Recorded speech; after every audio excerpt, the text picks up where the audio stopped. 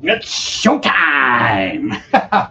Hey, what's up? I always feel like I'm yelling down here, probably because I know I need to get a better microphone, but it's Monday night again. So, another Monday night live. Man, see, I got two different kinds of glasses here. This one, look at them big eyes. Lets me see up close, but I can't look any distance away. We're back. Monday Night Live. We're back. About got this guy, I don't know, done. I want him to be done. Because there's other fun things I think we can do. But I don't know. This guy probably needs to have some pumpkins and bull crap or whatever stuff. I did not. I was going to work on the tail some more during the week. Week was very busy between other YouTube videos and other stuff, so I did not. I didn't touch this guy at all. He just sat around. So I'm not going to play with the tail right now. We saw that last week. Craig, what's up? Nice to see you. Today we're going to play with the hands. I want to get these hands kind of knocked out of here and done. Because if I do the hands and get that blended into the forearms, then that really all that leaves me is finishing off this tail and doing something with this base. I might just cheat and make the base just a black base. I don't know. Maybe, maybe not. I don't know. I've changed my mind about 1,000 times working on this feller. But you know what? It's Monday night. It's Monday. It's everybody's favorite day of the week because it's Monday Night Live and you guys are here hanging out, talking and asking questions. Otherwise, it would be the day everybody hates because that means going back to work. Look at that. Let's see. I'll see if I can do this. Boy, you can see the hand a lot better. But my visual is terrible. So I want to put claws on this first. That's the first thing we're going to work on. I know I picked up some. Yes. I picked up some super glue over the weekend. Rosaria! Rose, God dang it.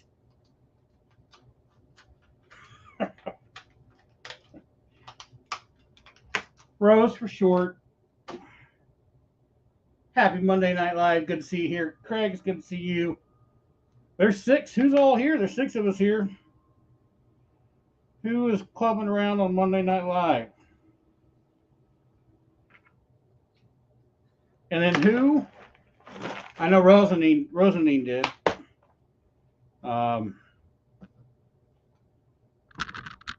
Has anybody seen the new video of the Happy Coals? I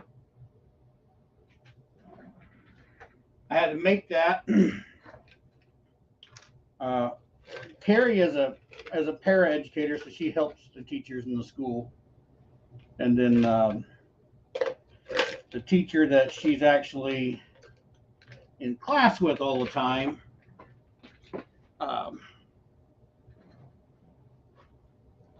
they were doing something. She wanted to do some kind of camping theme thing or something along those lines, and was going to buy. I guess she was going to buy a fake fire pit thing, and then she got a hold of Carrie, asked if I could make one, and I told her sure. And she wanted to supply the spray foam, that I had everything else, and I'd whip one out. And so then while I was working on that, I said, why not film this and turn it into a YouTube video? So that's what we did. The only reason I ask is because I've changed up the past two videos I've changed them up,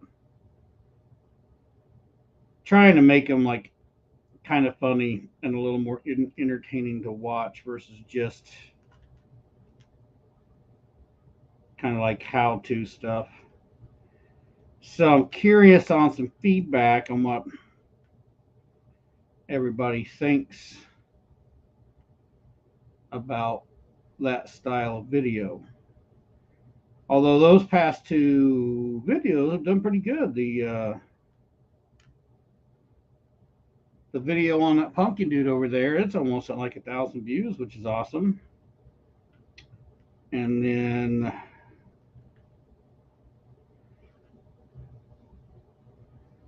one, two, three, four. And then this one is at like 500 and something, which is pretty good. I'm amazed that some of these live videos get like a couple hundred views. Linda, hey, what's up? How are you? I hope everybody's doing good. I hope everybody's had a good week. I hope everybody's going to have a good week. I know around here, I don't know about you guys, but school starts tomorrow. Everybody goes back to school tomorrow. All right, I'm moving this down. Thanks, Rosalie. Yeah, I was happy with the way those coals turned out. And the thing is, with that stuff is, okay, hang on, I'll tell you what I'm doing here. You don't need to see me. Let's get this down here some more. I'm going to try to take this little bitty drill bit and drill some holes in the backside of these claws so I can then glue this to the hand. I'm going to try to flatten this out a little bit to make it easier for myself. Anyway, the whole coal thing is just, it's super easy to make. Like, that's one of those projects, it's like so fast and easy. The results are pretty well satisfying really quick. And they don't take any time to make. They look pretty realistic. I made some last year when I was setting up for Halloween.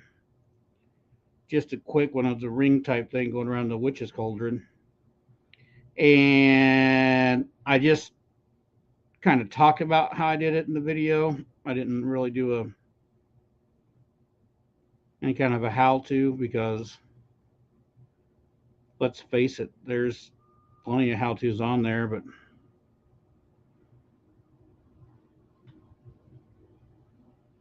this past week I'm trying to get more and more content on this channel for everybody.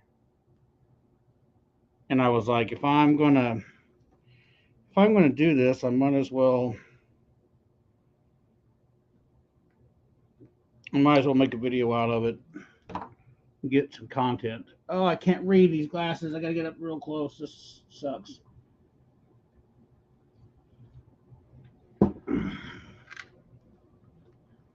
This little dude here,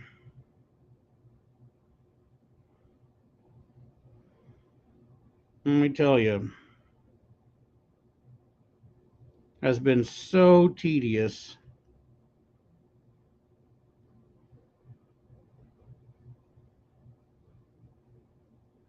Now these claws, I can't remember. Some of the claws that I had in this little thing you just told me to take these out of were made with a homemade cold porcelain recipe. But the way that this is drilling super easy, I almost think these were a polymer clay. There's been a couple times, like around Christmas, my birthday, where Carrie's gotten me some different clays. Not a lot, but just some different clays to play around with. And this may have been one, because there was a point in time where I was trying to make so much stuff that I was trying to have like a deal full of teeth and a deal full of claws that were just kind of at my disposal whenever I was making something, so I could just grab them. I've gotten out of that habit. I probably need to do that again. I probably need to sit down and roll out teeth and claws and different stuff because I'm going to make some more of those pumpkin demons. I like them. I'm going to make some bigger ones and stuff. And it goes a lot quicker when you already got some of the stuff pre-made. That's drilling out super easy though. Oh my gosh. I need to actually go to the eye doctor and have a vision test done. I think these reading glasses that I'm getting at Walmart are actually harder on my eyes. Can you guys even see this? Maybe I can try to get this up close. I'm just drilling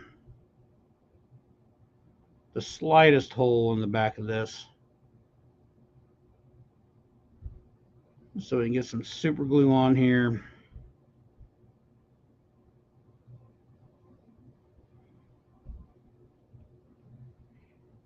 And get these attached.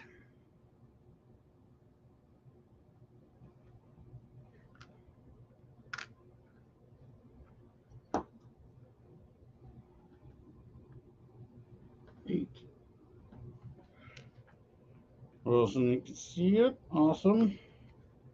Awesome.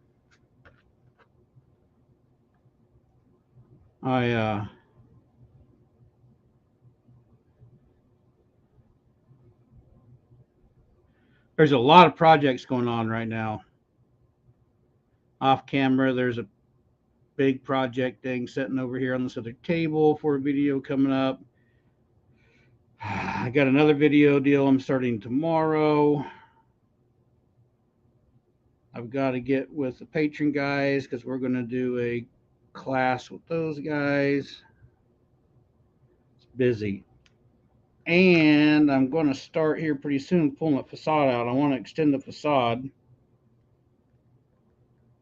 So pretty soon, some of the standard YouTube footage, not the Monday Night Lives. And I think I'm going to keep the Monday Night Lives. I think this is what I'm going to do.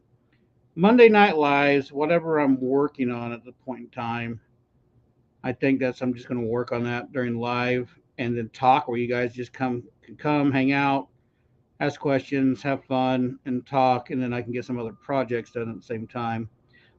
Maybe. See how that goes. But I'm going to keep the Monday Night Lives going. Maybe I need to have the Monday Night Lives be more of like a Q&A type of thing. I don't know. You guys tell me. But anyway, the normal videos here pretty soon are going to be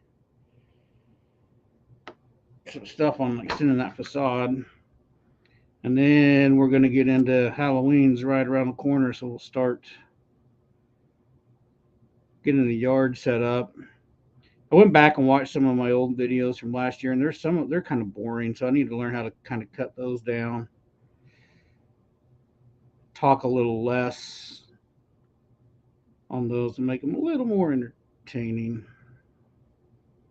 I got witch hands to fix. I'm going to make a video on that because I got to fix her hands because I didn't make new witches. I wanted to make new witches for this year. There's 6 different pumpkin projects I wanted to do as far as pumpkin creatures to make and make videos of and have them set up for Halloween. And life got busy and I didn't get those things done. It's kind of irritating. Well, let's say I got lazy. That's the easiest way to put it. I got lazy. I could have stayed up late nights and worked on some of this stuff, but I didn't.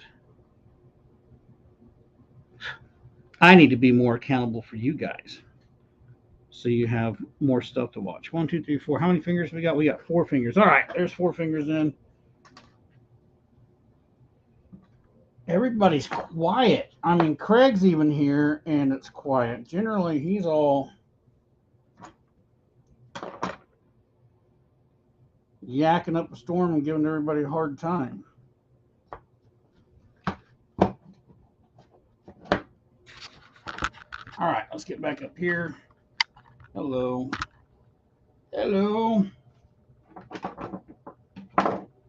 kind of out of focus, huh? Yeah, there we go. Lupin, what's up? Glad to see you here. It's always glad to see the usuals.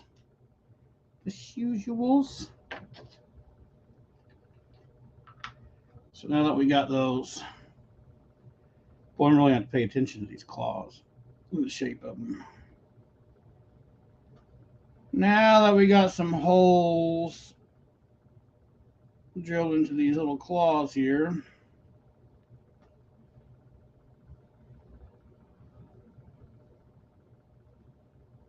if I can get this to come out, what's the deal, yo?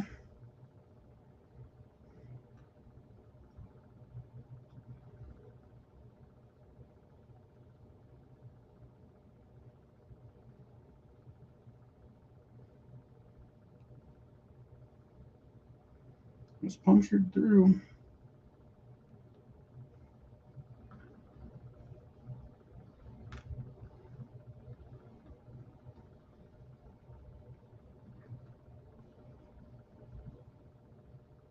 Hey, Lloyd's here. What's up, dead end?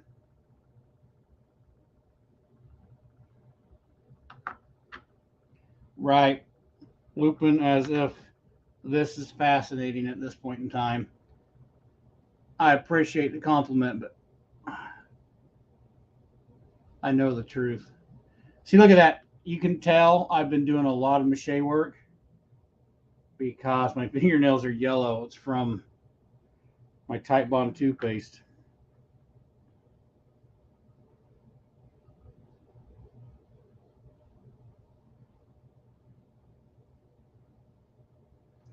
Jessica's baking and watching at the same time. Awesome. What are you baking? Cookies, cakes? All that stuff sounds good too. I just had dinner.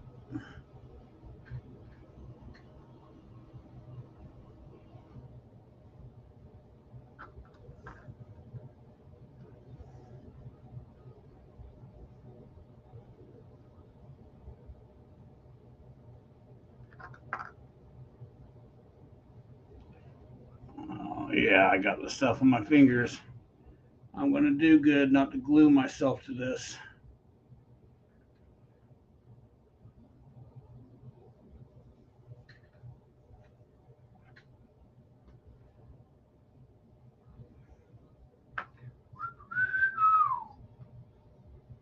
Cookies for your bake shop.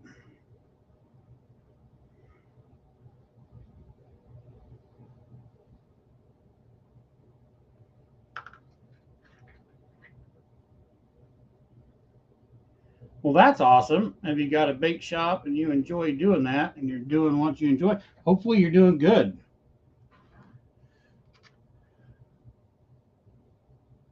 I may have to. Those things look a little big. I don't know. I might have to trim. No, by the time I put some knuckle stuff on here and we start fattening that hand up, that's not going to be. That's going to be okay. It'll be okay. No, Lloyd, it doesn't make my nails any stronger at all.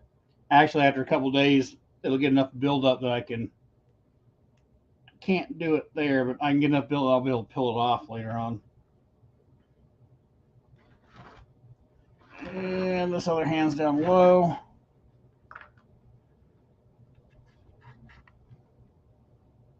That all sounds good. Everybody go to Jessica's shop. She's baking up some. She's baking up some treats that sound good.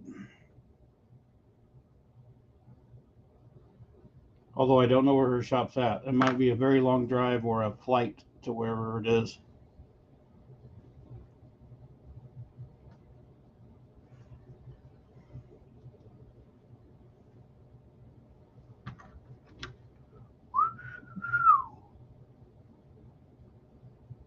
Halloween is so close. It's been so hot here, and then we had some storms roll through over the weekend, which we were lucky they weren't bad. But then today it was like the high today was like only in the 70s. which was just awesome. And the air's kind of blowing around. I mean, it's, dare I say, it started to feel like fall today, which was just like step outside, and I love fall time. And it just puts that, oh no.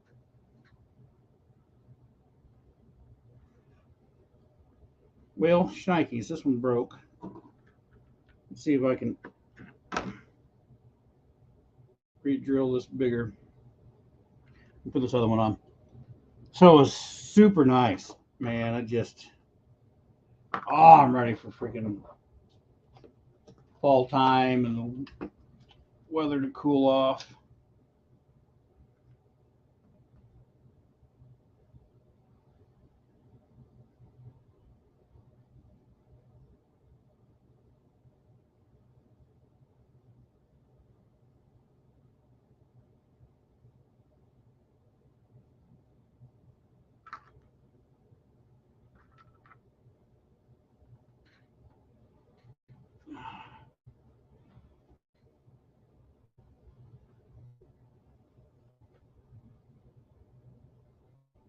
Awesome. So Jessica just started her deal. Shops in her garage. She's out of Pennsylvania. So that's definitely not local to me, but she does have Etsy. So it sounds like you could place an order and get some treats shipped over to you.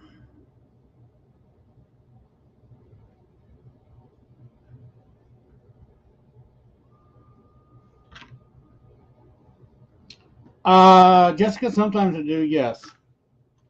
Not all the time. I've got some over here I'm working on that I'm probably going to put up for sale.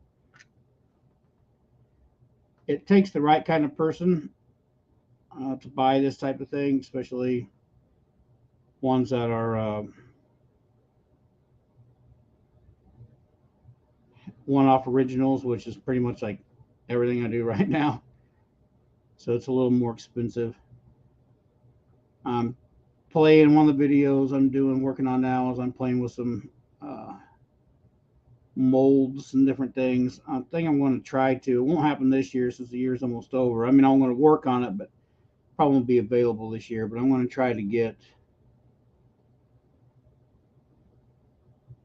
some things done, some molds made, stuff where I can sell some things. But I'm thinking that when I do that, I want to try to create more of like kits that people can buy and finish, whether it's like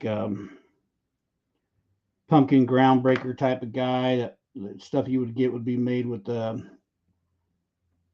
foam as a kit to kind of put together, and then you finish up, that type of thing. And maybe have some that are completely finished up for sale. I don't know. I've always been like, even growing up as a kid, I've liked um,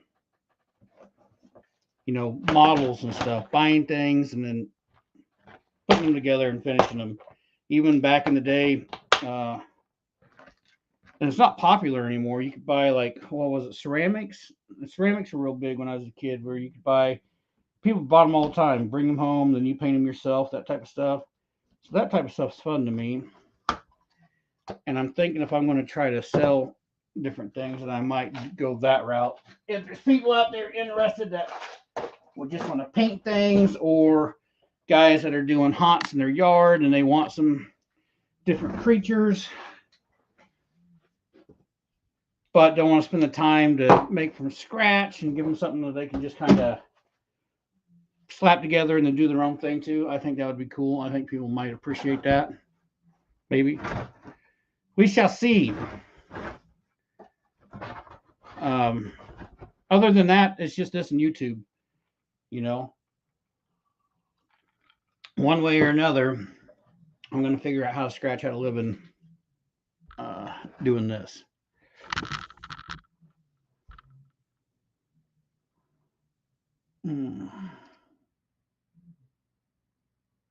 I'll have to look that up. Old Crow Bake Shop. Let me write that down real quick or I'll forget.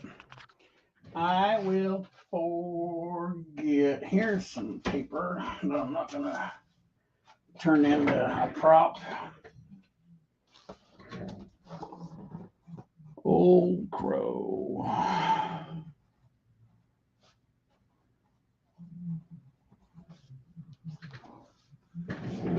Oh, thanks, Jessica. I'm glad you. Thank you so much.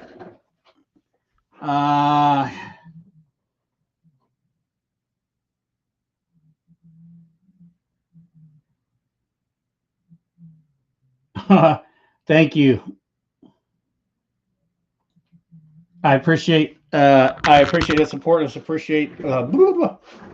I appreciate you. I appreciate all you guys watching and doing whatever, and commenting. It means a lot.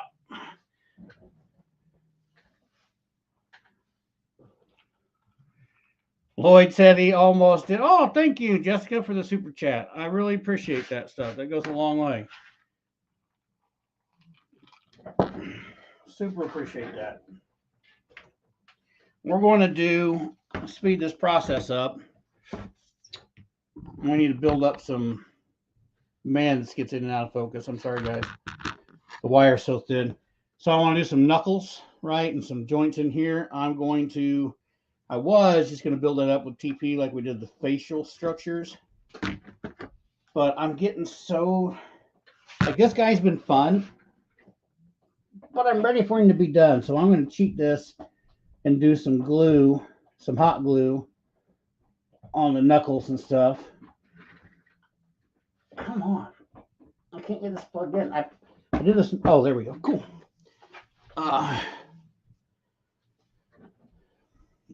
And anyway, yeah, we're going to use glue and stuff. Dead End says, "Oh, Jessica, you're so."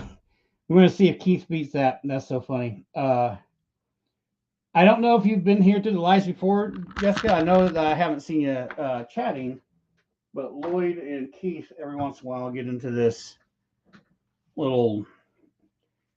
Well, Keith will get on here sometimes and wants to, if someone leaves a $5 chat or whatever, then he wants to top it sometimes. It's kind of, those two crack me up.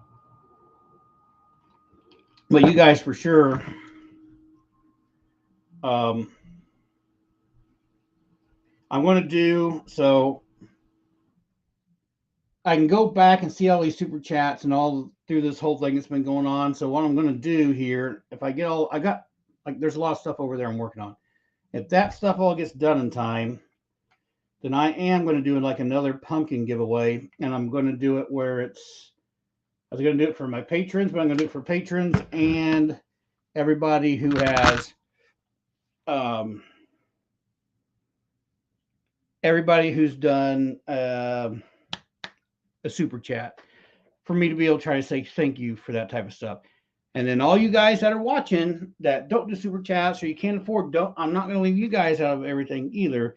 I'm going to try to do another giveaway for everybody that's, you know, either subscribe to the channel or comes and watch and hangs out and that type of stuff. And do a giveaway on that to show appreciation for all you guys. I appreciate all of it, every bit of it. The views, the talking, the, you know, all, it means a lot.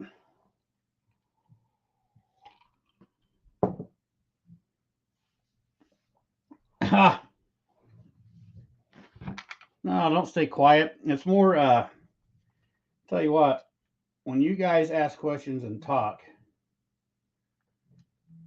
it helps me think of things to say and talk about to keep this live from being dull and boring, because it's not like a, you know, if this was like a standard podcast where I had something planned to talk about, where it was hot related or some kind of spooky stories or something like that, it would be different. But instead, I'm just working on this crazy guy, which is Keith and Lloyd's fault. So if anybody wants to blame anybody for this being the same thing the past 2 months, you guys can get on Keith and Lloyd about that.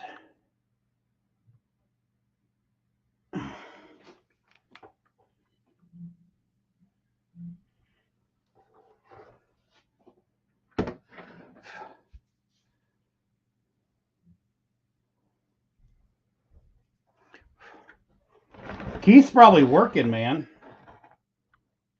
I know he does his night job on Monday night. Well, I don't know if he does it all week long, but I for sure know he's doing his night job on Monday nights a lot.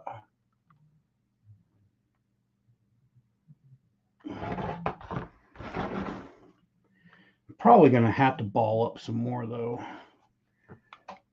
on that. Let's flip him over and give him a little bit of a palm. And we're out of... Not doing anything special here except for trying to get a little meat on the bottom side of his hand here.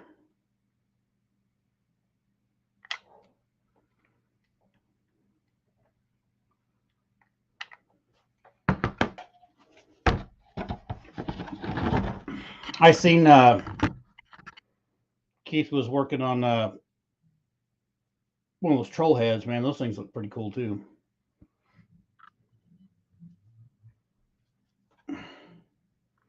Super neat.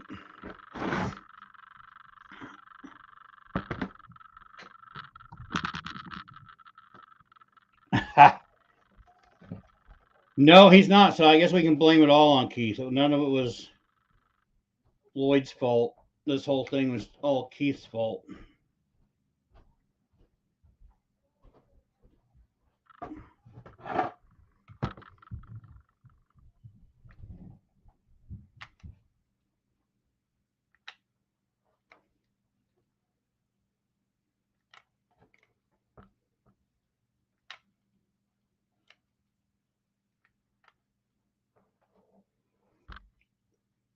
Get on there. I like hot glue, but it's a stringy mess sometimes too.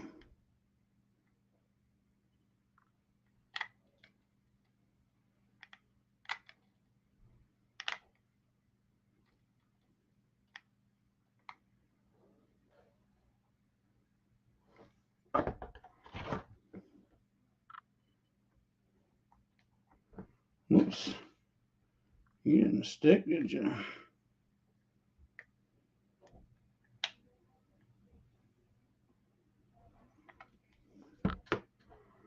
Okay, that's going to start. That's enough to start some of those bumps. Now we can work it over with TP, which is going to be frustrating too. Jessica says, I'm trying to make tombstones this year. And since I quit teaching after 20 plus years, you do have the time now, that's for sure. God, you got to like that. One of these days, this is all I'm going to be doing. Teaching on YouTube and doing this stuff.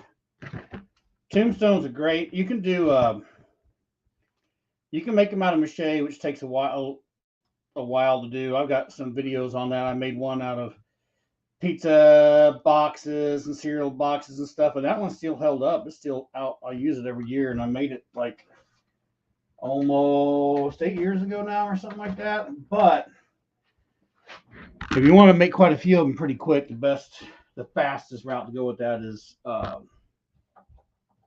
styrofoam for sure. For sure, so much faster. It's I started this channel to do. The point was to be able to make things out of something that I wanted to make cool stuff out of junk that people didn't think you'd be able to do. Hence mache. Everything I saw back in the day a long time ago, no one really gave this stuff any kind of respect. So I was like, I think I can make cool stuff. Anyway, it was more of a challenge. But all that being said, there are literal things when it's coming to doing your yard for Halloween and making things faster or whatever. Foam is great. You know, I like the facade. I carved that all out of foam and stuff, which is awesome. It looks good. And my tombstones, most of my tombstones are foam, you know, just because it's quick. It's quick and easy and it lasts forever. Hey, Lex, what's up? I think everybody's doing good. Yeah, if you can do like 2-inch foam from Home Depot. You can get those 4x8 sheets. You can do a 2-inch foam, I think, but man, it's gotten expensive. I think it's $30 a sheet now. But if you're doing just a few 4 or 5 tombstones. You can get 4 or 5 tombstones out of that, so it's not bad price for however the layout, as long as you're not doing super big tombstones or whatever. For sure. What was I saying? Oh, here's what I think is funny. Is like I've been doing this yard haunt deal since I was 16. So the house I'm in right now is the house I grew up in. So I've been doing this forever. And always trying to figure out ways, to make things myself or whatever. But I came across like white foam, like I can't remember where I got my foam from, but there's some tombstones that are in my yard that have been out there for, I've used them for over 20 years. I never hard coated them or anything, but what I'm getting at is it's so funny because I hear people all the time that are like, they're like, "Will foam hold up in the rain?" And I'm just like, it's styrofoam. Of course it will. I mean, over time things, but it takes so long to break down styrofoam. That's why that's all part of, whatever recyclable stuff. Is styrofoam doesn't want to break down. That's always blown my mind when I've got those questions about if styrofoam foam falls apart in the rain. Hard coat for sure. Like I learned on my facade, I should have done a hard coat on it because as much as I've thrown it around and junk and moved it, and then the cats, oh my gosh, the cats, they've clawed some stuff up on it. So a hard coat would have been good on it. But you're talking my tombstones that I got out there. Now those tombstones that I use aren't in any way, shape, or form. The tombstones that I have out in my yard right now that are foam, I didn't take any time back in the day to make any kind of real detail with that stuff. They're just shapes of tombstones, right? Almost kind of like walking into an old timey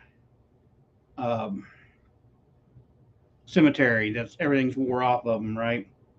But that being said, those tombstones that are that old, I mean, the most I've done is repaint them like once, just due to sunlight, and weather over the years. But they're still tombstone shape.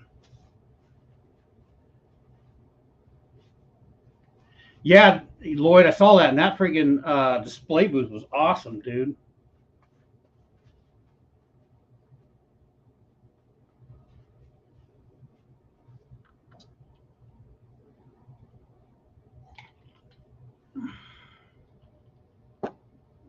Bob Carroll, he's 58 since 99.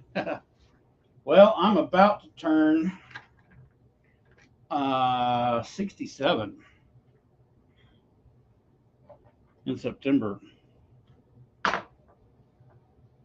And I tell you what's funny is that my little town, this is just a little bitty. My town's small. I mean, like population's like 5,000 or something like that. It's a small town. And I've been doing the yard hunt deal in this town forever. And for a long time, I literally thought I was the only person on the planet that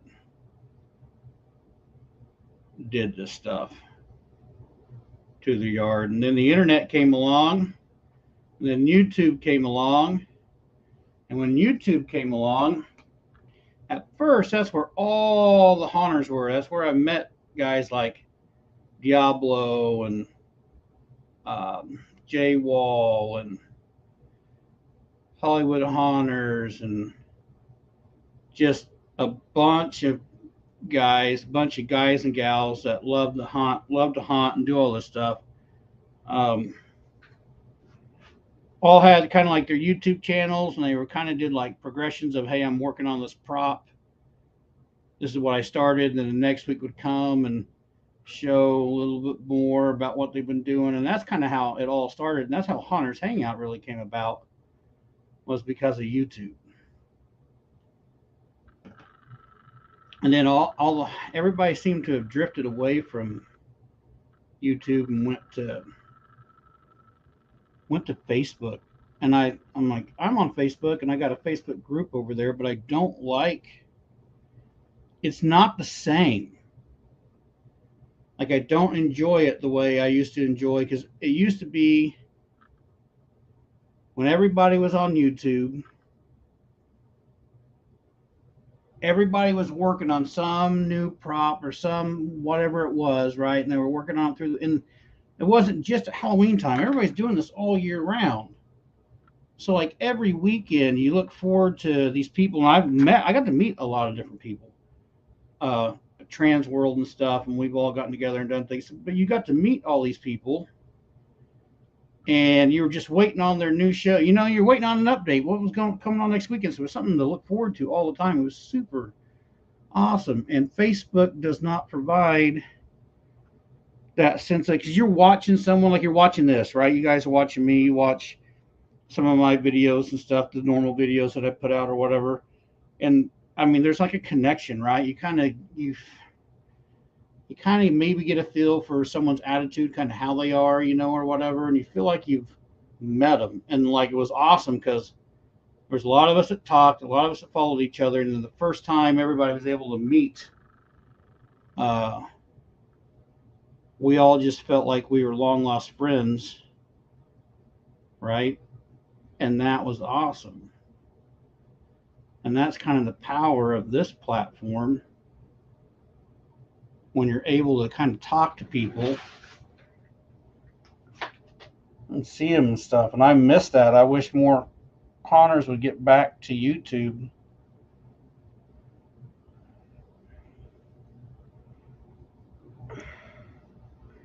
and do more stuff here. And then now, even with YouTube,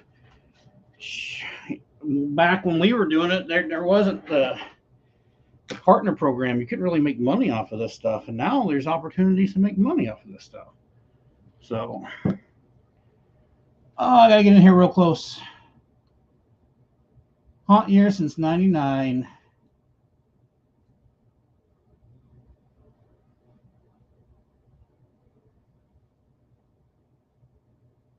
Right? You do feel find your true people. Yeah, Lloyd, you are still here, and I watch your videos too. And what Linda says 67. I never would have guessed that. Well, you're probably guessing more along the lines of 70, 75, somewhere in there.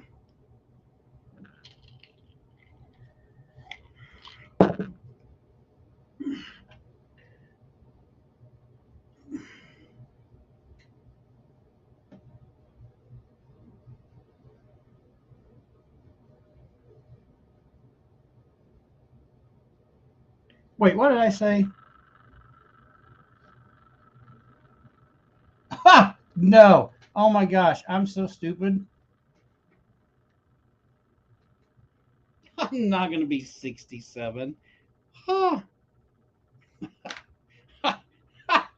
Oh, that shows you where my brain's at. I have so much going on. Maybe it's the fact that I'm drinking. I'm going to be 47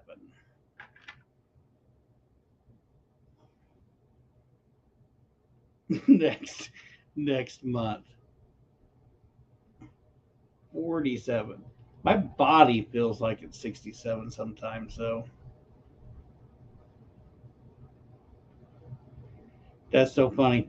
That's my fault. I know I said 67. I know I did. Uh, but I'm not. I'm going to be 47. Holy cow.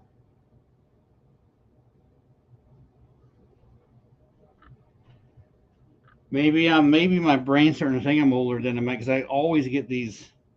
I don't know about you guys, but I always get these freaking spam calls about my funeral expenses being paid or being able to be on some new program because I'm old. And a lot of times I'll even talk to those people, and then they're expecting my age to be older. And then as soon as I tell them I'm 40, 46, going to be 47, they hang up on me and no longer qualify.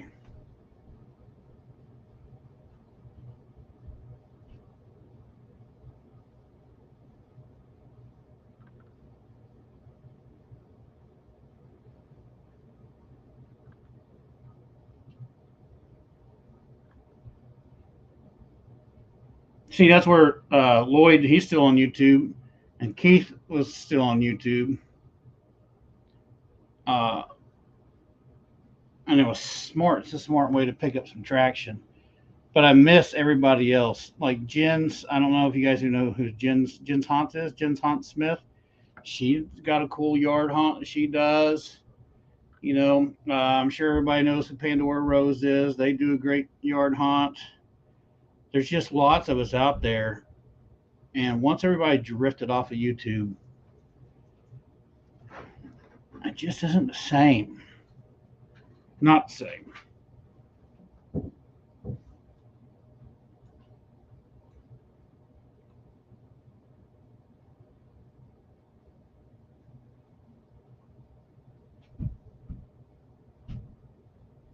Yeah, Lloyd, you're the oldest, bro.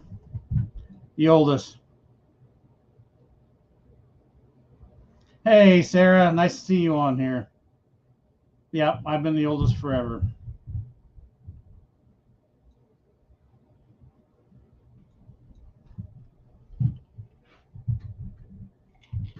Linda, are you talking about Carrie, my wife?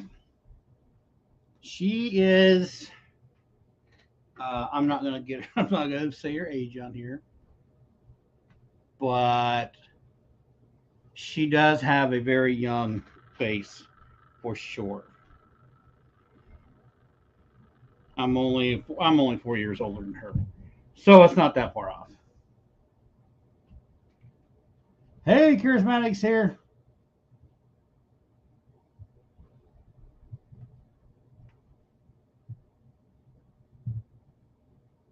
I do that all the. Here's the thing with my age.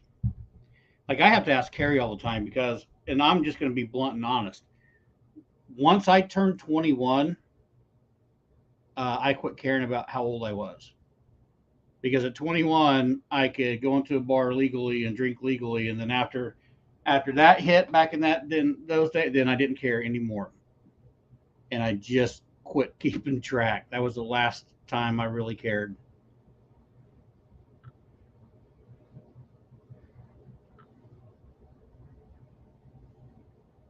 That's terrible, isn't it?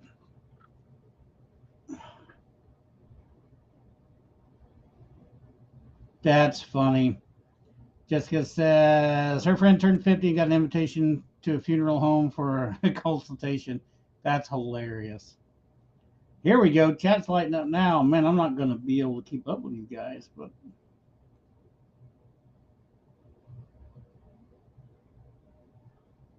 well, she should be your favorite, Sarah. You're right, Lupin. She's 21.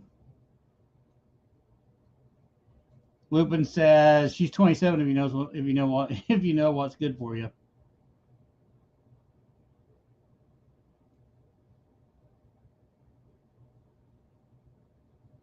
Yeah, Rosani, there's so many interesting people on YouTube. It's great. Yeah, Sarah, I probably don't remember things because of the motorcycle wreck too. That's probably true. Meatball says I'm trying to forget my heart as to how old I am, but I keep remembering. I guess which glasses out here because look at that. This is close up vision. This is intermediate vision. Uh,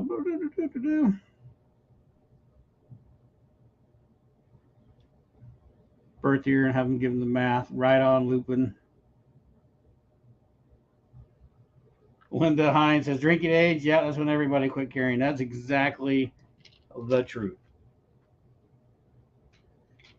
At least it was for me.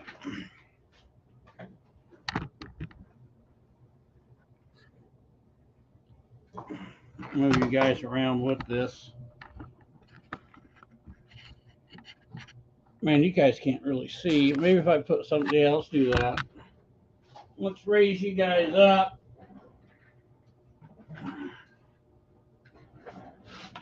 I'm coming in from a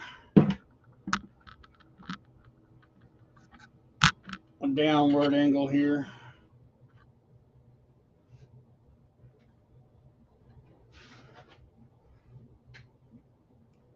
I'm just trying to ball up. I mean, I know I put the I know I put the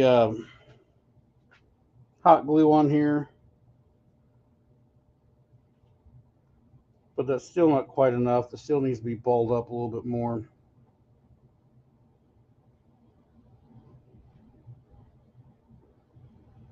I don't want the knuckles to fade away.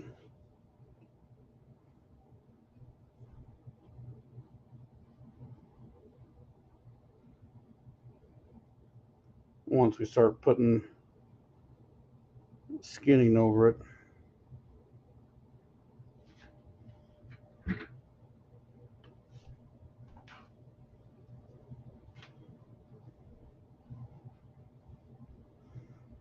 My cousin Sarah's on here in chat. I just saw she's writing a book. Her brother published a book not too long ago. And then her sister-in-law did a book too. I've got it. I started reading it and then I didn't finish it, and I was supposed to read it all, and I'm terrible about that. But that's okay because I don't think all of them watch my YouTube channel as it is either. So there's that. So now I don't feel so bad. Terrible.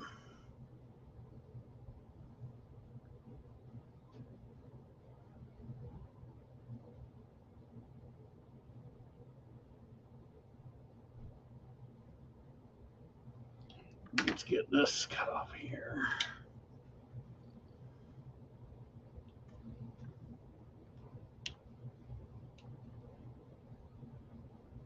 Cut away from yourself, they say. Can't always do that.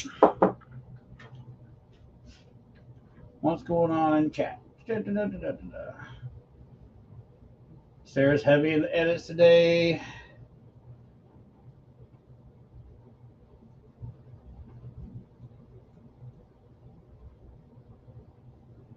Lloyd wants to be buried in a big scary mausoleum.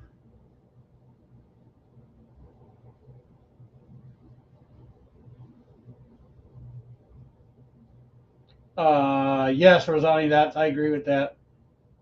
Age is just a number, health is something else. Sarah, this is your brother might know this is Pumpkinhead. This is an old demon monster from the 80s from a movie called Pumpkinhead. And Lloyd, who is on here, which is Dead End, Yard Hunt, and Keith, basically talked me into doing this thing. So I've been working on it for 2 months now on these Monday Night Lives, which pulled Monday Night Live away from the original concept of what it was. But that's okay. Here we are.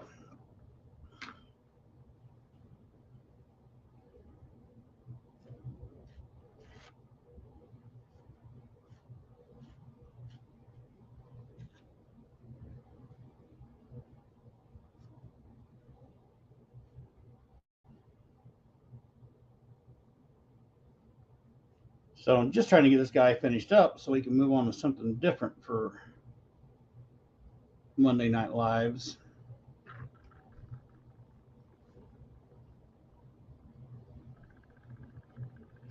I did put out a new video this weekend, Sarah. I don't know if you saw it or not.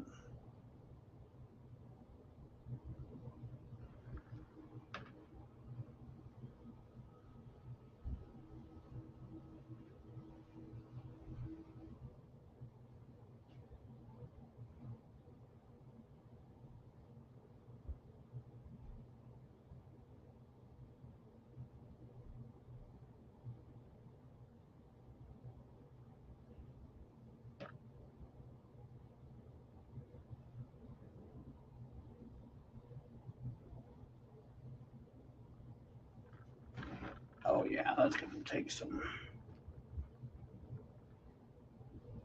He's going to take some time to build up.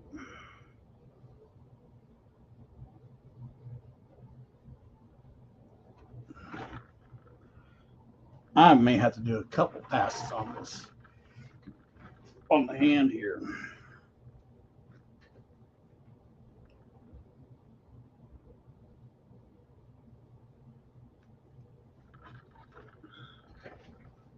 Oh, where are we at? Where are we at? Hey, Joey, what's up? Glad you're here. All right, on. Davey knows who Pumpkinhead is. Awesome. We're not doing the Alien Queen, Lloyd. Not happening. Although there's a guy in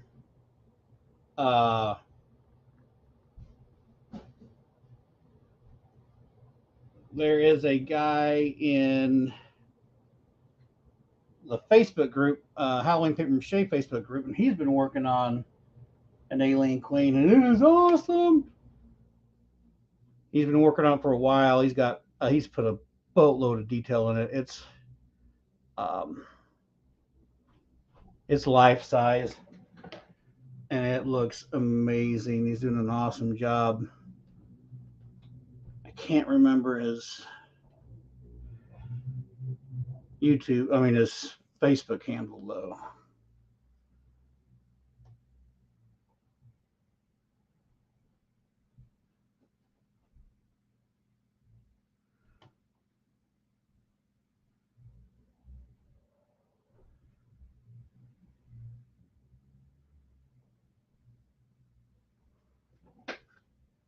Hello, come back here.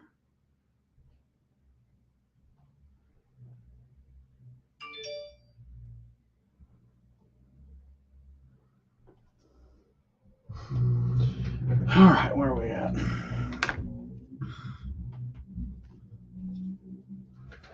What did I miss on chat? It's hard to tell. Can't see anything. That hand looks terrible from the top. My gosh, it honestly looks better than what that's showing. Anyway,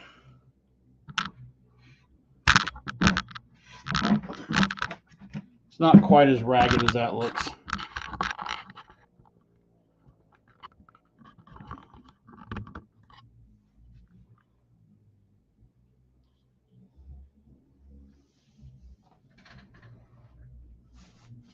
Yeah, go check it out after the live, Sarah. I just did a video put up like Friday or Saturday on doing fake hot coals, fake fire pit type of thing. And then I put one out a couple weeks before that on this pumpkin guy back here. They're kind of fun videos.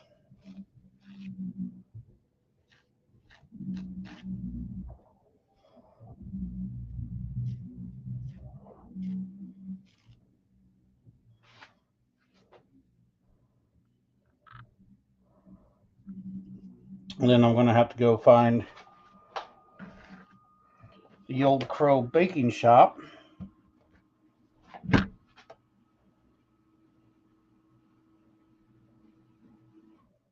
Look into it.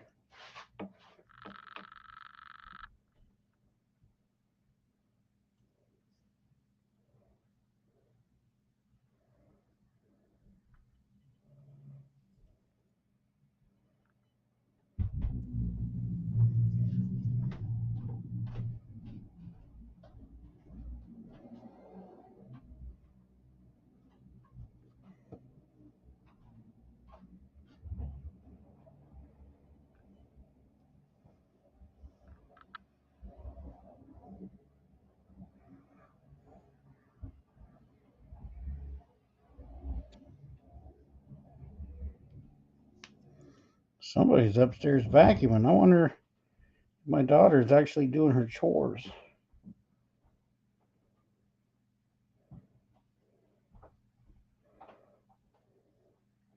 I mean, it's totally possible. Not totally plausible, but it's totally possible.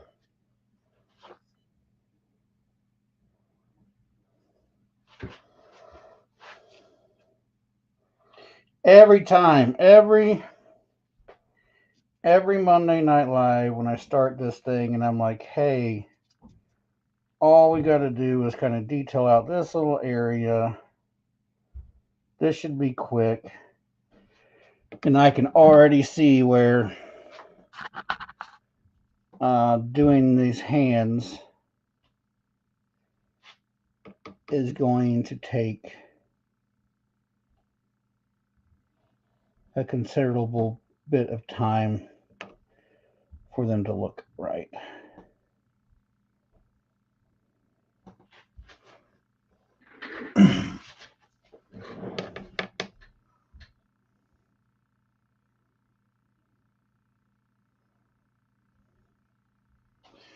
You guys probably can't see what I'm doing, but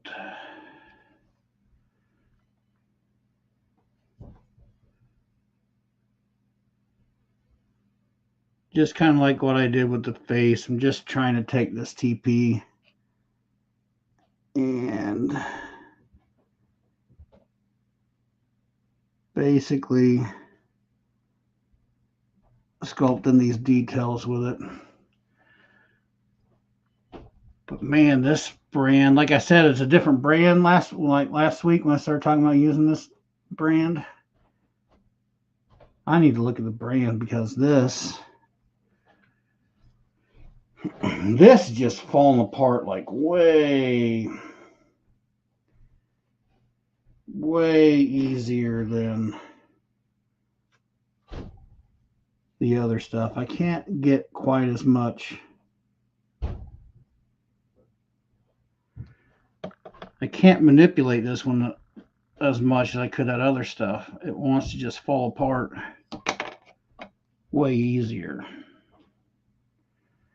So it's making this way more of a struggle than the face was.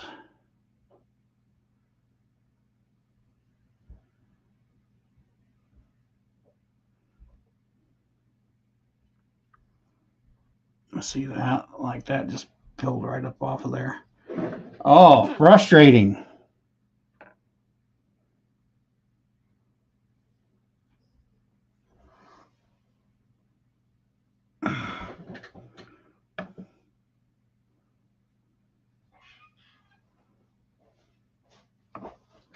Oh, baby. They were telling me that I robbed the cradle because you look super young. Only about 4.5 years. I know, I was getting ready to say that type of stuff, and I'm like, I probably shouldn't say that. And Lupin said that I should say that, stay with you're 27 years old. I'm not that young. But I did have a little fifth grader tell me today that I look like I'm in my 20s. Made me feel good. I said, nope, 40s.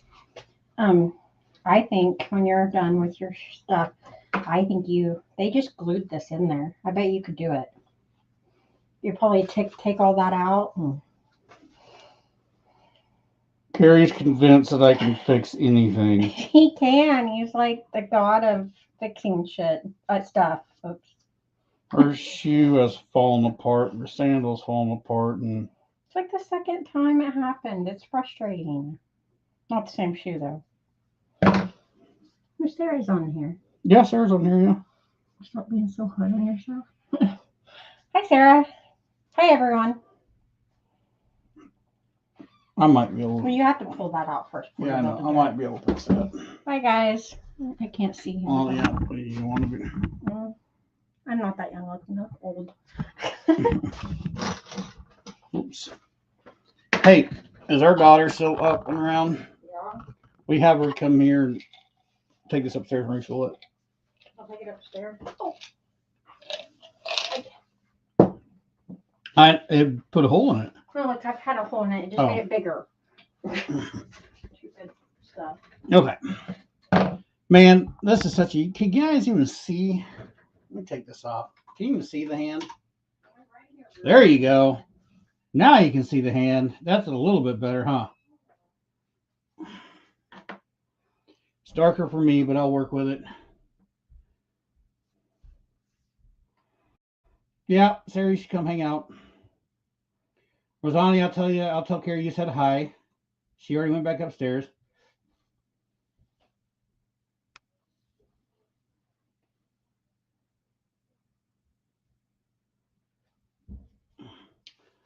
Yeah, a craft show would be awesome.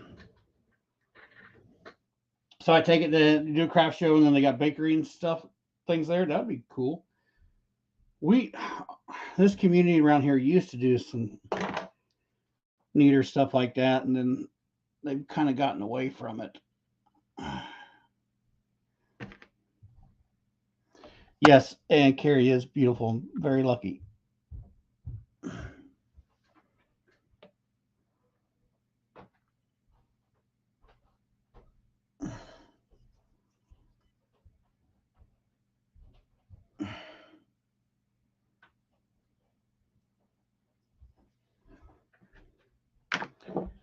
Here, I'll see if I can move this angle on the dangle here. So I'm working in between the fingers here.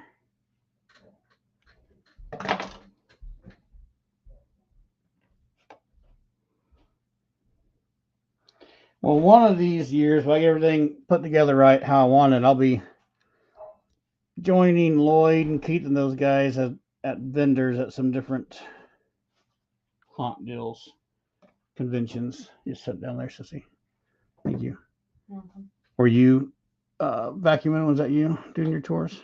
No, Mom. Oh. I don't have vacuum today. Oh. I could just hear it, and I was like, I think my daughter's doing chores. Oh, I thought wrong. I don't have vacuum today. I did my chores yesterday. You didn't have any chores today at all?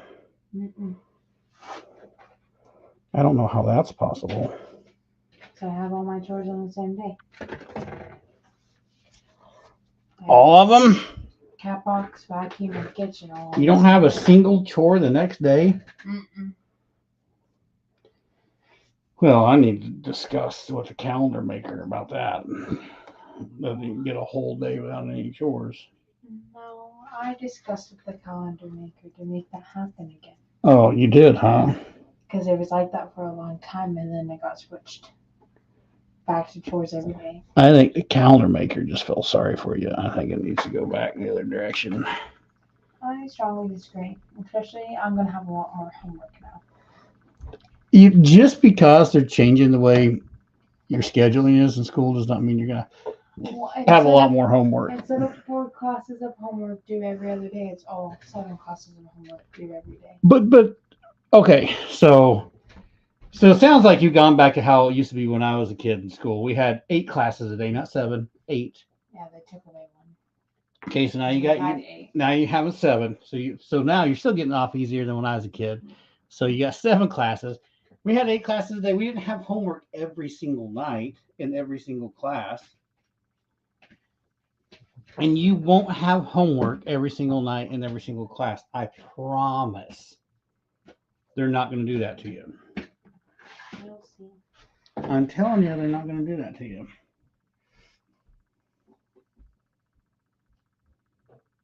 And I have my college classes. Sarah said, "Hey, Bree." Hi, Sarah. It's our cousin, Sarah. Yeah, I have a feeling. And I have my college classes. Well, yeah, you do. And it's good that you got your college courses that you're taking, but you're still not going to be over inundated with. You're not going to have the amount of homework that I think you're going to have. What are you doing? She's talking. He said he needs to talk to the calendar maker. Because I was like, hey, are you doing your chores? Listen, this discussion on YouTube is us talking about chores. That's good content. I'm doing my chores. So I was like, are you doing chores? And she's like, I don't have chores, Mom's. And I was like, what? I'm like, you don't have any chores today? No. And I was like, well, I need to talk to the calendar maker about that you got a day with no chores whatsoever. So do we. Yeah. What? My chores never end, it seems like. Oh. I don't know. How do you guys get days without chores and that just doesn't happen for me? How much will it cost to buy struts? I'm live on YouTube, Bree. I would have to look up struts for your car, sis. I'm sorry, babe. Well, he was wanting to start talking to me.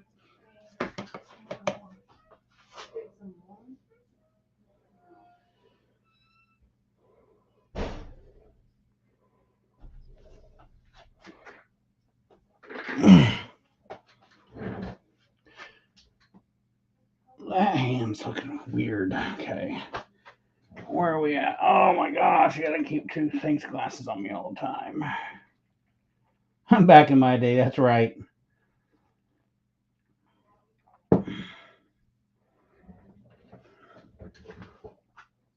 There's a lot of back in my day talk around here.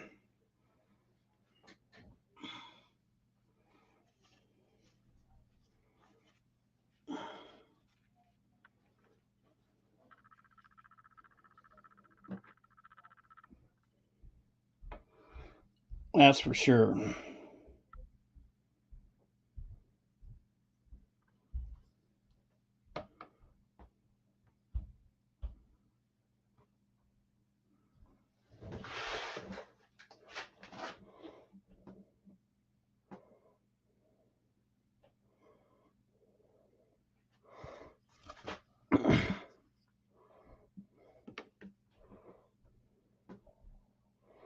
Even though she doesn't think so, she's had it a lot easier than her brothers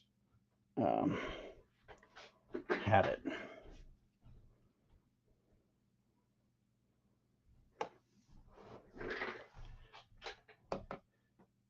And they for sure remind me about that all the time.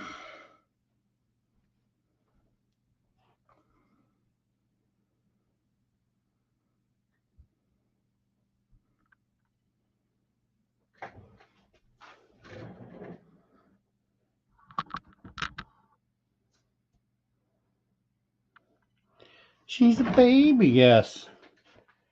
Mr. Fix It. We got her that car. So that was one thing. She saved up $1,000, which I was proud of her for. And I talked her into putting that into a car, and then I would match the same amount of money because I just happened to have it at that point in time. Which now I'm strapped for cash. But anyway, we found her a little Subaru. It's actually a decent little Forester, whatever. But I got it for her for that. We got it for her for that $2,000 mark, and it's got a salvage title on it. It's been hit, but its body looks good. The interior is nice, and it runs actually pretty decent. It runs surprisingly well for the price I gave for it. And the struts are shot on it.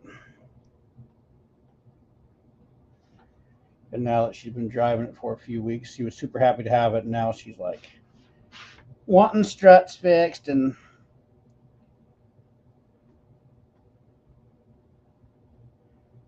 trying to convince her to just drive it.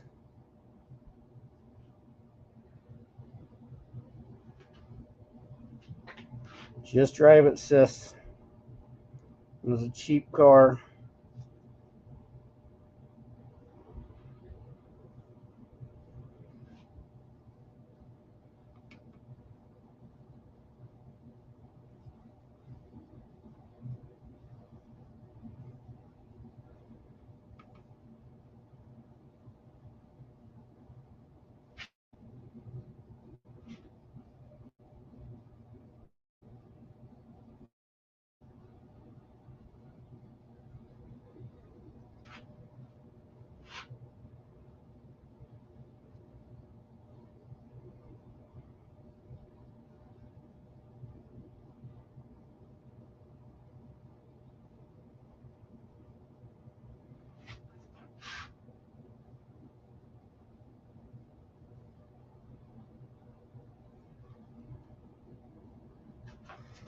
Oh, sorry. Once again, I'm concentrating, so my entertainment level has dropped off.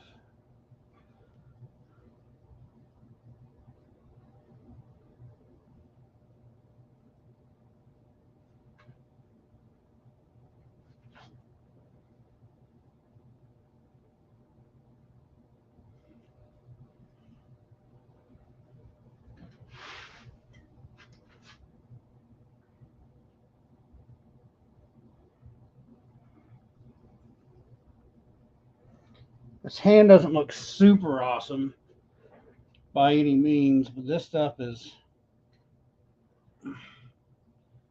kind of coming apart on me. I'm going to let that dry. So we got some knuckle. Hey, dead end dude, thank you for the super chat. I appreciate that. Uh, get back here so I get some focus on that. It's too close. I've got it pretty well saturated where it's really wanting to come apart on me. So I'm going to let this hand set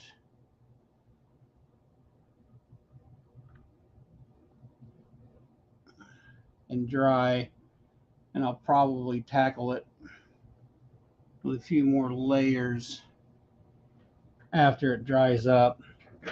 But it's going to have a good gnarly texture to it. I think it's going to look okay. Rosani, see ya. I'm glad you were here this evening. I'm always glad to see you here. You're cutting out a little. Last week you got to stay a little bit later, but I get it. I understand. There's times I'm ready to go to bed. I'll probably be up until 1 o'clock tonight, though. Not working on this. I got other YouTube projects that I got to get on.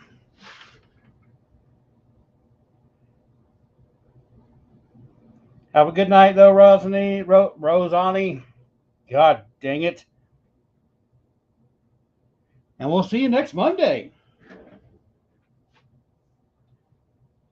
Hey, Dragon's here. Right on.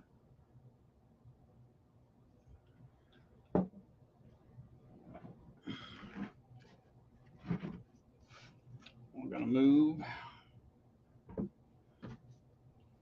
move around to the lower hand.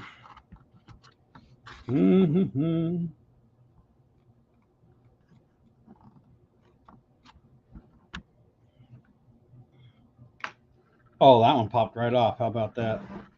That didn't stick on at all. Gosh darn it. Oh well.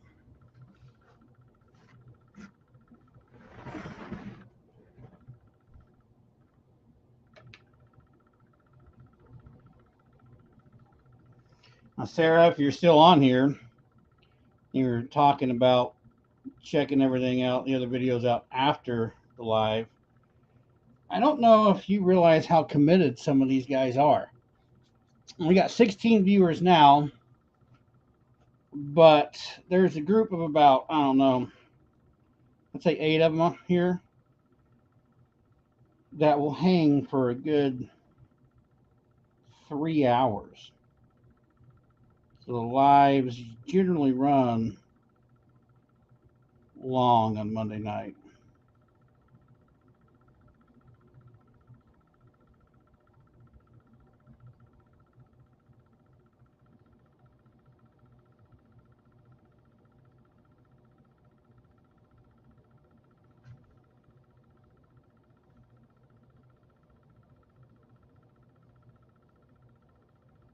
Right on. Glad you popped in.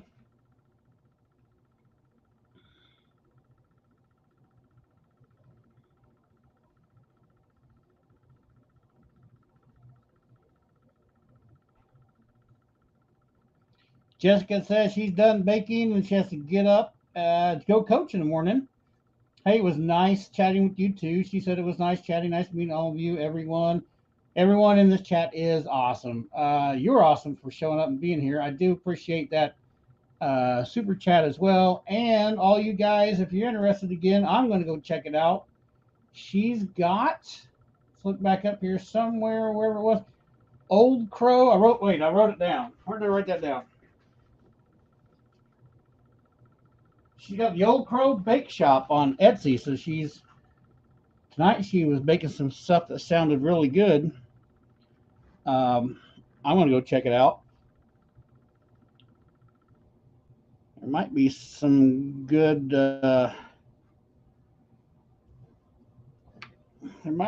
treats in there some of you guys would be interested in.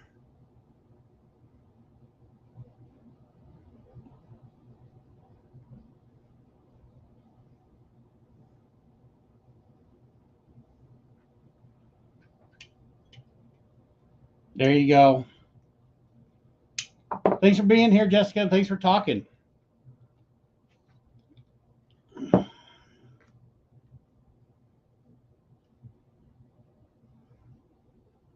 It's always awesome when chat lives up. I can't believe we haven't seen Keith poke his head in here yet.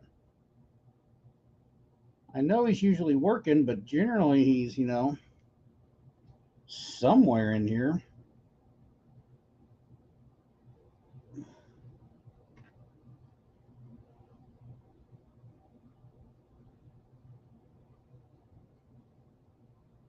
Oh, man. Whose idea was it to put this hand down in this direction? Whoever decided to do this did not think this whole process through, like having to work on this hand later and give it detail, because it didn't work standing up. So let's lay him down. This is the stuff that makes my beard gray, Lloyd. These little hard to do, teeny tiny detail things. See, I just popped that right off of there too. Oh my goodness. Oh well.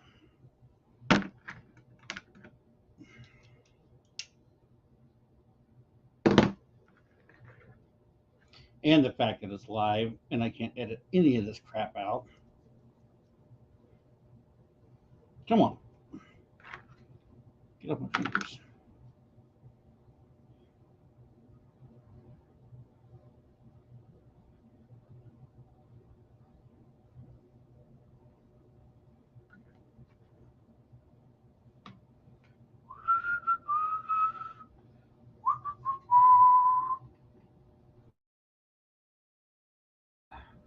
Ooh, ah, ah.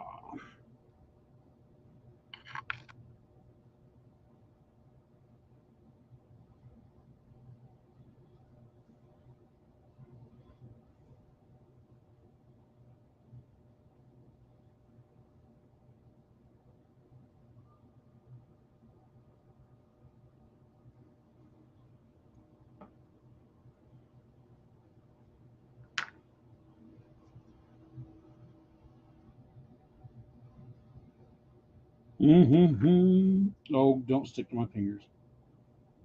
Don't stick to my fingers. Well, who's excited for fall, man? It's almost here. Well, like I was saying earlier, today was a nice day and it felt like fall earlier, but according to the old weatherman, we're going to push right back up into the hundreds this weekend. So this was like a Mother Nature just being cruel.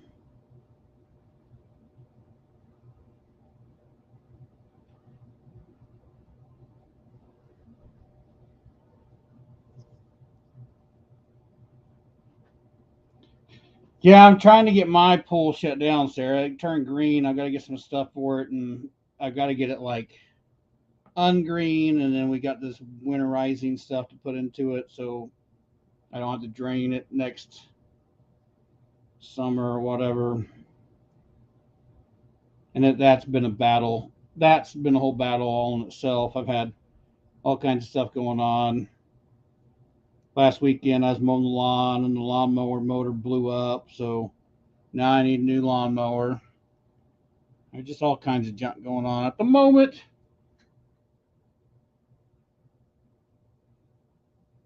Absolutely super ready for spooky season.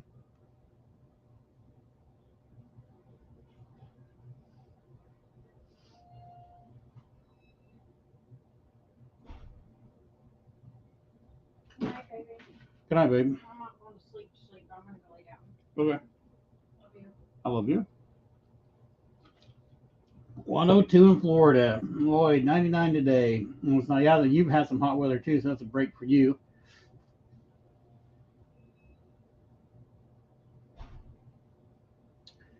Yeah, Drac, I get that too. I've got a bunch of projects that I wanted to get done before September, but I'm not sure that's really going to happen. I don't know.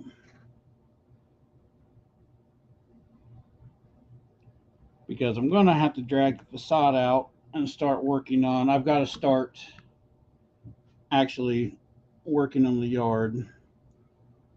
So I have some things I've got to fix with the facade, and then I want to make the facade bigger. And luckily, through the support of Patron, saving up enough funds there, I'll be able to make the facade a bit bigger and then put YouTube videos on that. Because if it wasn't for those guys, this year that would be out of the question.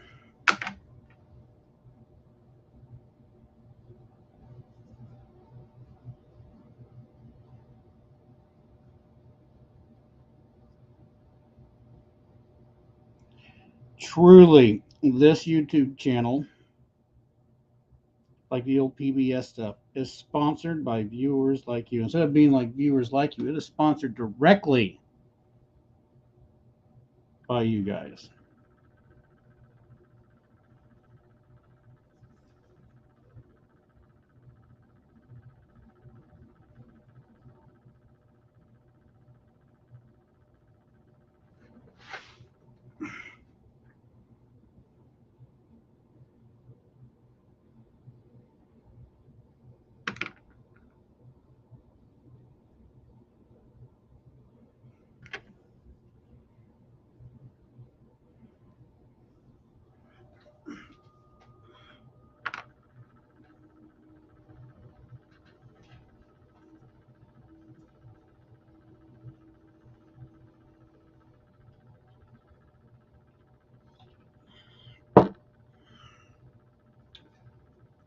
Oh yeah, Sarah, that stock tank that's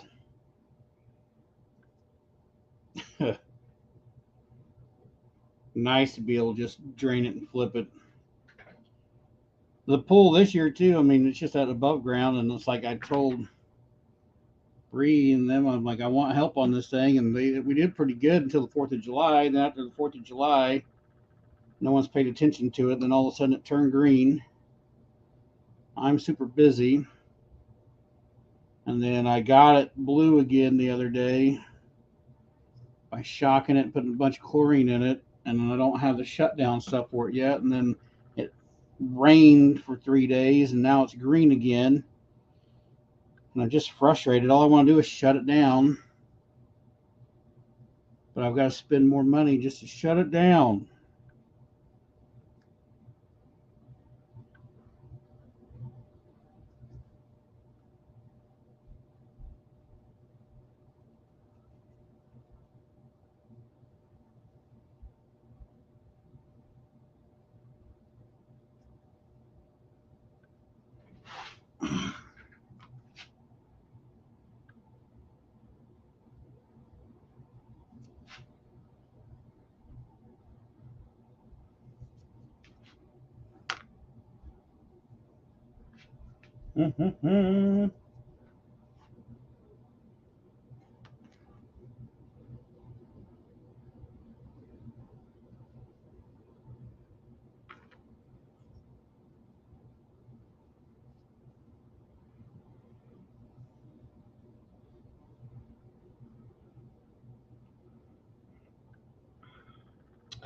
But I think this year, so for everybody that follows the channel,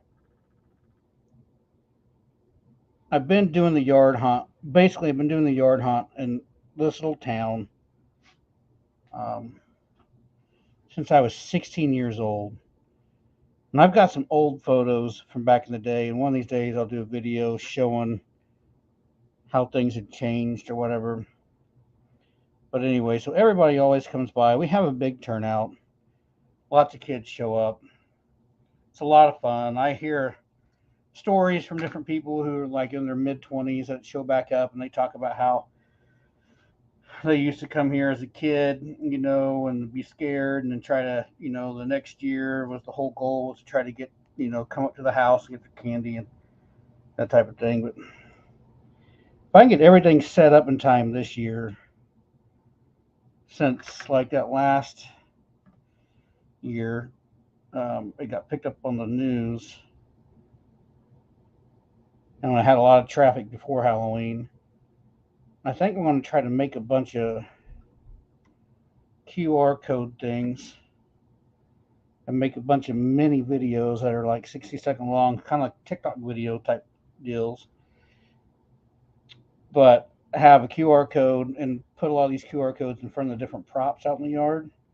So for like the week or two before Halloween, before we're actually doing anything, if people stop to look and come out and get in the yard to look, they can walk up and look at something and scan the little QR code and watch a quick 60-second video about how it was made. And then what I think I'm going to do is set up a little uh,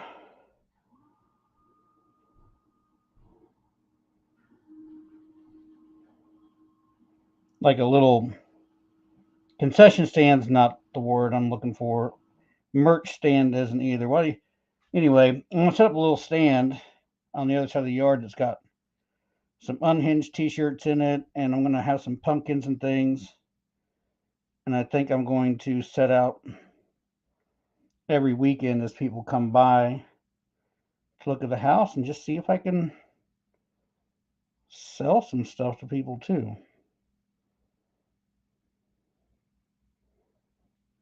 Little gift shop. That's the word I'm looking for.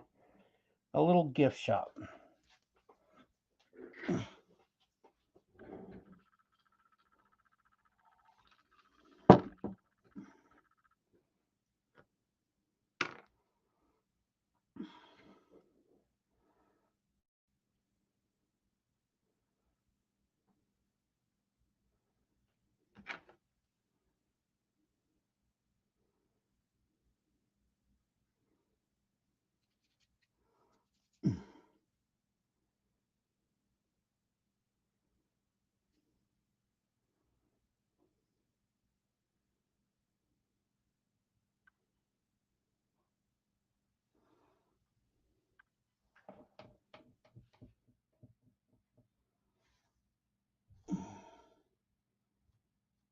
Right, Lex? That's a cool idea too, huh? I think it could be fun. Linda, how does one purchase an unhinged? Okay, I don't have the link on this one, and I should have. I've got a patron link, but I don't have. So if you go to like any of the other videos, not the live videos, so like I put the, I just did that cold video or whatever, or even the video on that dude over there. Down in the description, there should be a link to Patreon and a link to an Etsy shop and then a link to the Facebook group or whatever.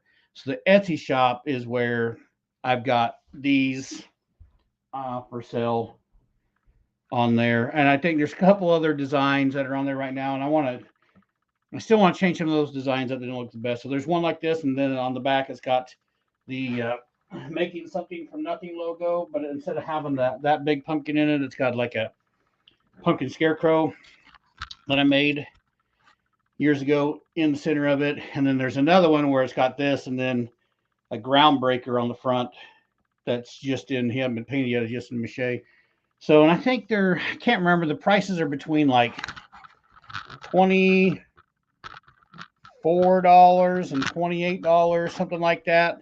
I'm making like $3 on a t-shirt or whatever, but it's kind of like more of like awareness type of thing. And the one t-shirt though has a QR code on it, and if you scan it on the t-shirt, it will take you to the YouTube channel. I did that as a tester and then bought one myself, and it works. I thought it was pretty fun.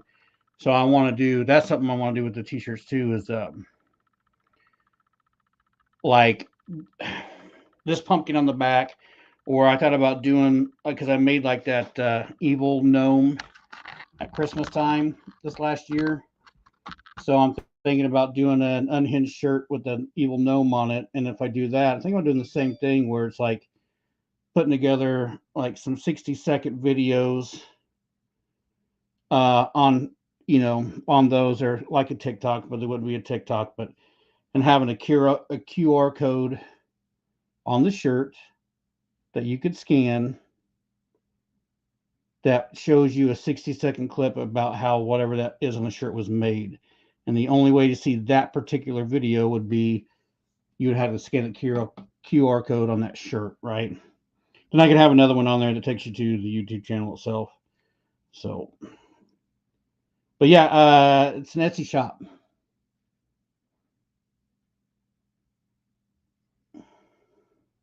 And it's a print on demand type of situation because I don't have the time or the warehousing to have a bunch of t-shirts sitting around here and like trying to fulfill orders.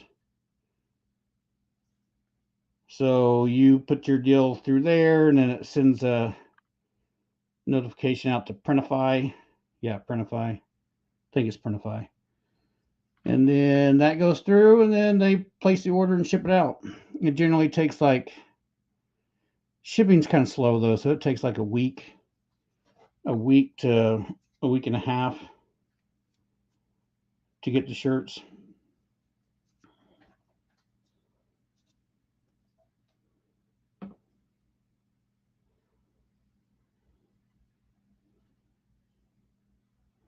But they're comfortable. They're I can't remember what brand these are. It's Jersey something or whatever. My wife tells me they're a good quality shirt. I think the brand of shirt is the same thing that they use at like Old Navy for their shirts or whatever. But they're pretty decent. I wear mine like all the time. That's why I like to see. There's that ain't food. That's work, right? That's mache stuff. But I wear these things all the time. Um, I try to make it my daily shirt. I need to order some new ones. As a matter of fact, I'm wearing these things out.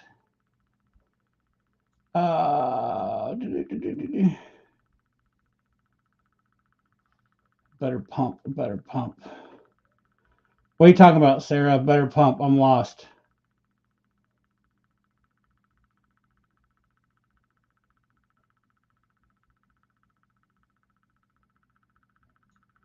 Yeah, man. Always. Halloween's fun. I love scaring all the trick or treaters that show up. I mean, that's it. Here we'll go story time on Unhinged Productions. And if you guys have been here,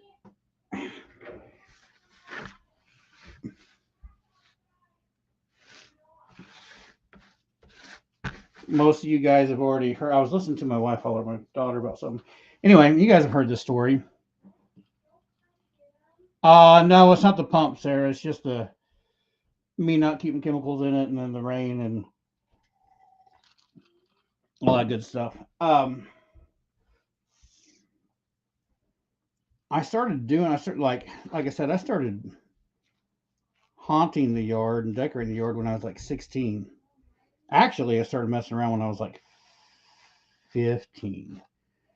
I think I started scaring trick or treaters at 14, 15 years old. Back when I thought I was too old to trick or treat, but I still wanted to dress up and that type of stuff, and just sit outside and in a wheelbarrow with a mask on and some of my dad's clothes and stuff myself, and then acted like a dummy laying out there and would just scare them as they came up and got their candy. And it kind of just progressed from there. But the biggest reason to do the yard the way I do it was when I was a kid, there was a house. See, back, and it's all different now. Like when I was a kid, we went trick or treating.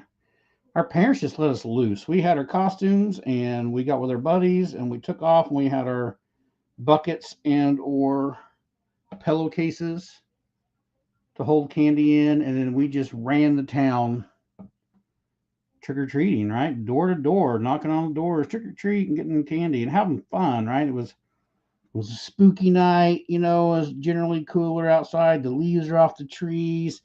You know, it's getting dark outside. The lights coming. You know, just that awesome time of the year when it's cooler outside. Leaves are off. You got that mysteriousness, spooky time. I love that.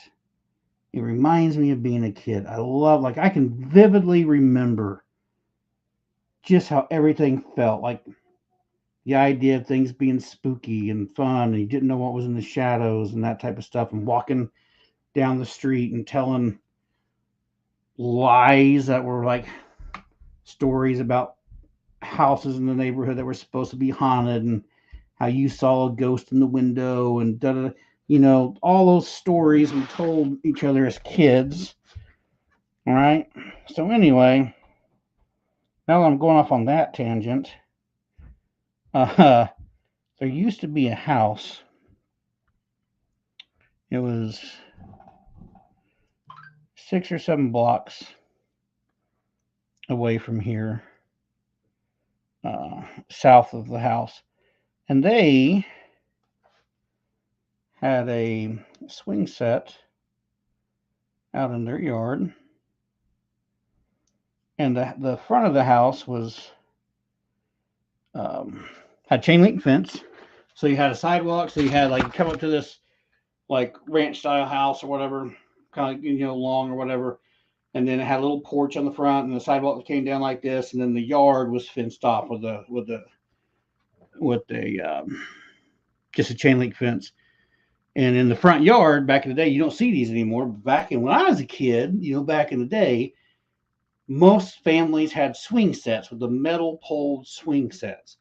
So they had a swing set, and it had didn't have kid swings on anymore, but they had converted it and put like a porch swing on it. So on the swing set, they had a couple dummies that they set on there and ran wires to the wrists and wires that went up over and went to the porch. And then on the porch, they had like this PA system.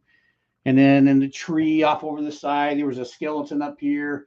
And then it had like a strobe light to it. And they had it hooked up like when it would make thunder sounds, and that strobe light would go off, and you'd see this, you know, this skeleton up in the tree. And then the dummies sat there, and as a kid, you could ask the dummies questions. The dummies would raise their hand because I'd be the one talking, and those people would talk over the speakers to you. And it was fun. It was kind of creepy, and it was just neat. And that was the house that you always wanted to go to every Halloween because it was just a lot of fun.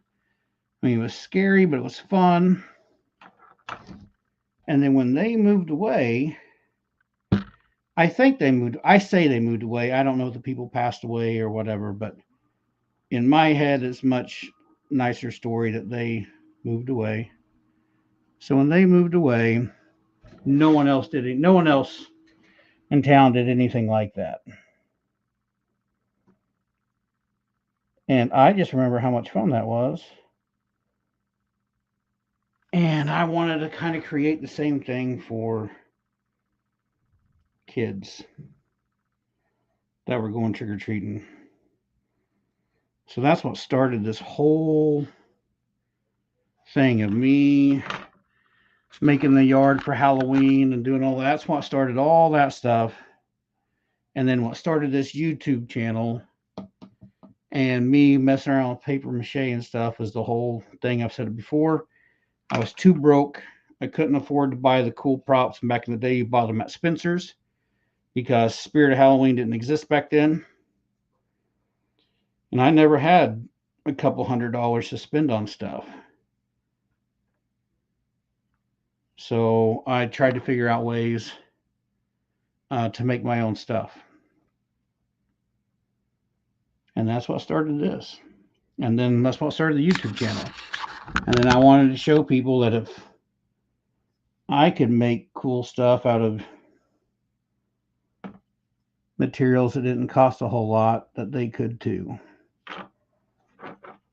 And here we are. What, 8, 9 years later? I don't remember when exactly I started the YouTube channel. It's been up for a while.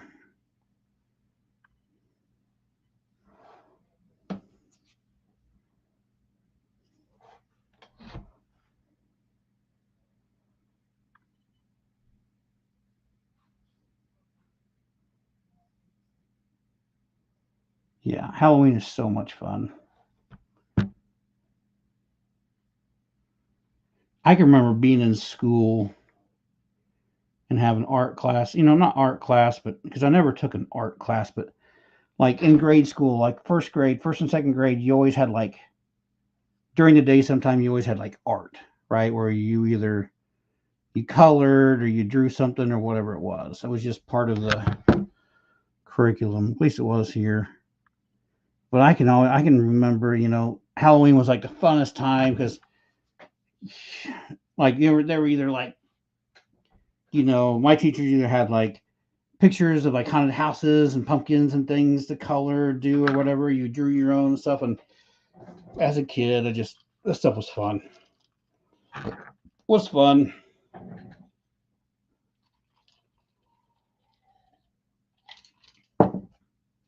Yeah, super good times. 11. We're almost 2 hours into this, and there's still 11 of y'all here. This I can tell you this much. This hand's a pain.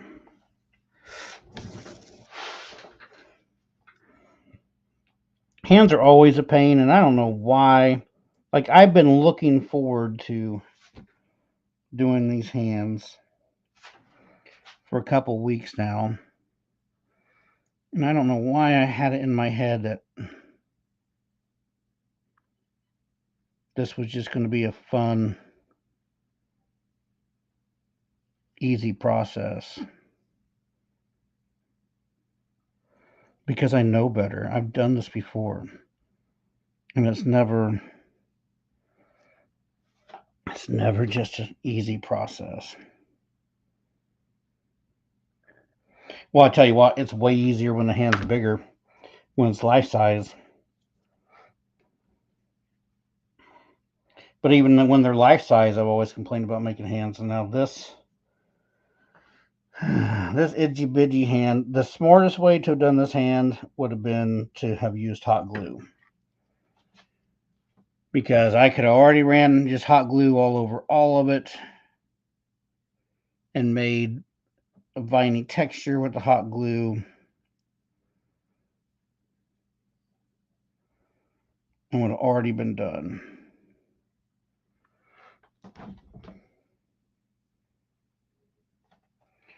But I'm trying to keep somewhat consistent with how this has been going on.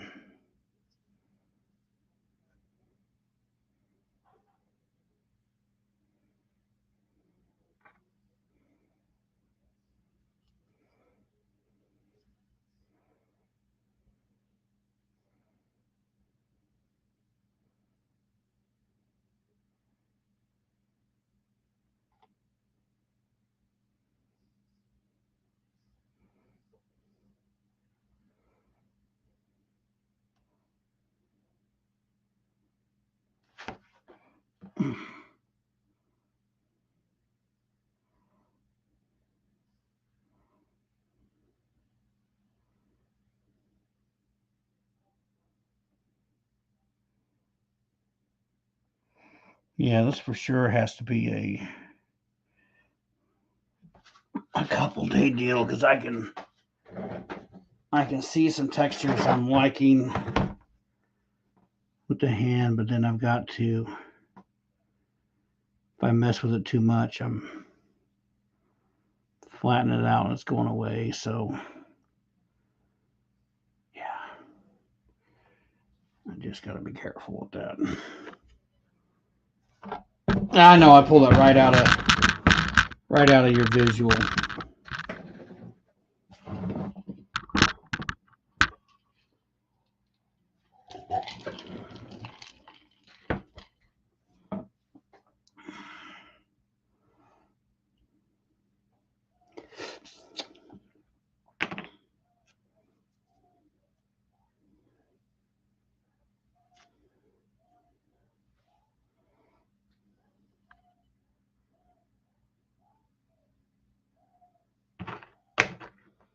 Mm-hmm. I need some other cool stories to talk about.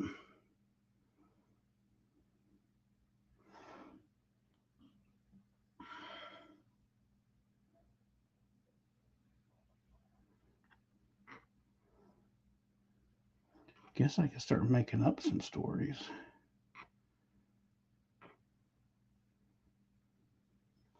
I mean, I could talk about what I'm doing here, and if anybody attempts to do what I'm doing with this toilet paper, you're as crazy as me, and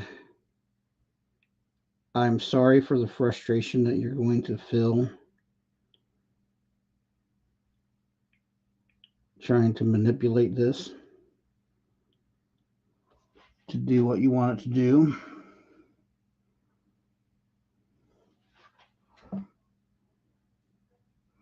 Because this will definitely test your patience too.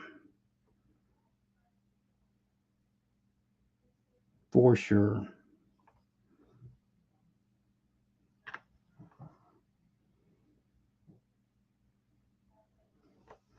I'd like to be like, it's so funny when I think about the YouTube channel starting and doing this, and doing mache and choosing to do all this, to have like these noble thoughts of, I'm doing this because this is a dying art form and just trying to breathe life back into this art form that people have forgotten about, and da da da da da da. And that would be such a noble cause.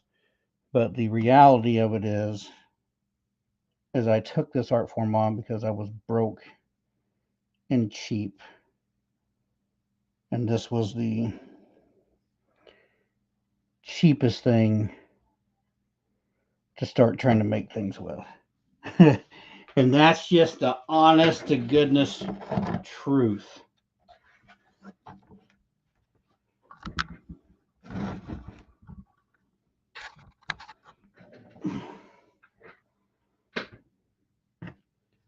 Necessity. Being broke.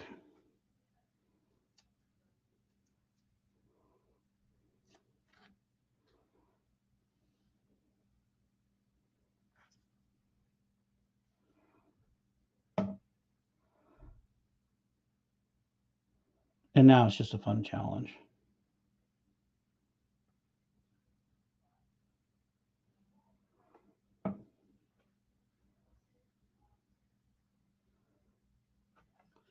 I don't know. That's still going to look pretty cool. I mean, that's got to dry up some for sure, but those hands aren't going to look too bad. I was really kind of not happy with. I wasn't happy with this one up here at first, but I think it's going to be okay.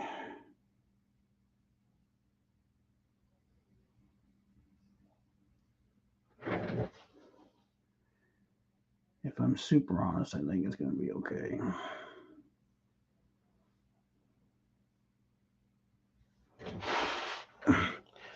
Yeah, I don't know what you guys are seeing. I'm sorry. I'm looking at this other hand over here that's not in camera,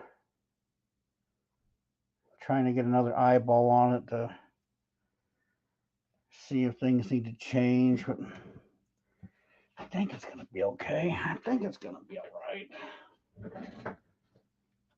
Everything going to be all right. Ooh, get on there. We're going to leave. I don't know if I like that. Yeah, let's pull that down. No, I didn't want to make that hole. So I'm literally like spanning some gaps here. I'm not trying to make holes, but I like how that's filled in. I kind of like how that's filled in. I don't know. Maybe that needs to be a little narrower. But this is where this toilet paper wants to start really tearing apart. Trying to leave some texture in it.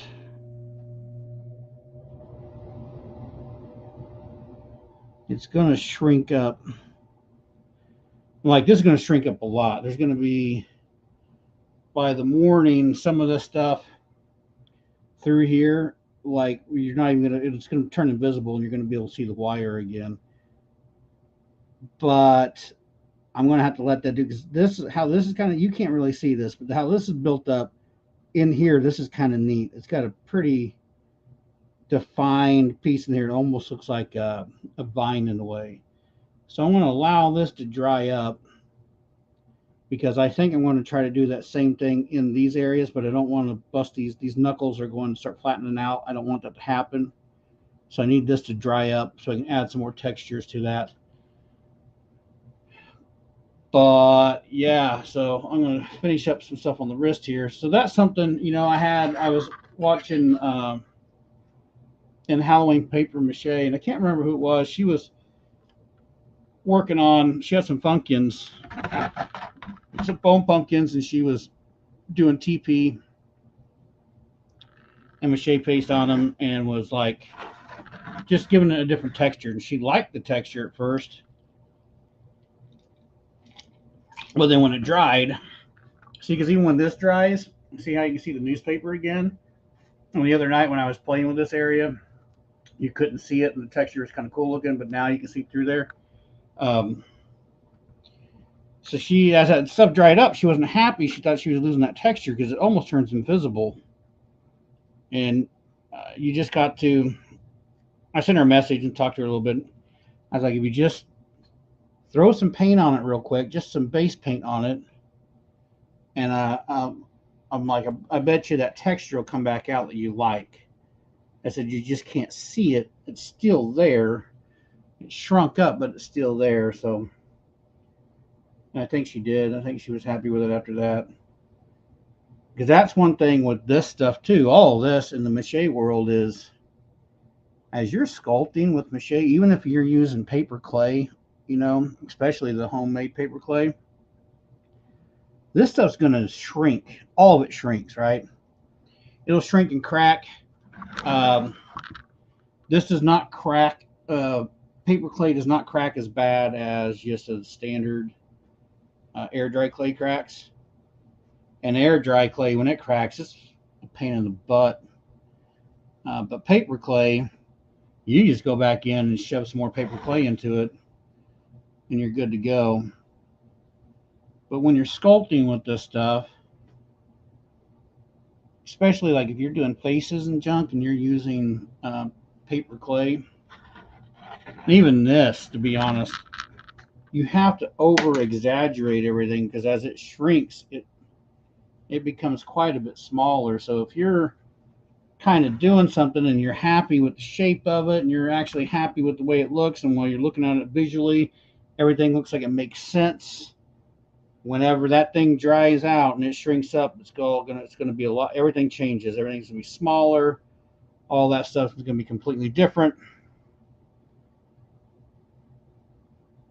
So you have to learn to over exaggerate everything. And then when she dries out,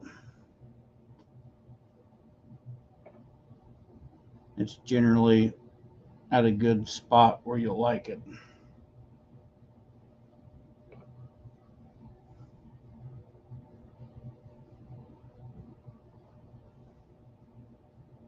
I'm not too dissatisfied with that. This hand I'm not too dissatisfied with. It doesn't look too bad. The other hand up here I'm not so sure about just yet. Focus, man.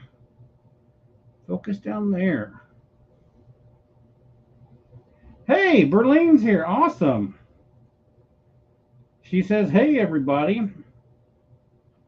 Glad to see you here, Berlin. Yeah. Better late than never.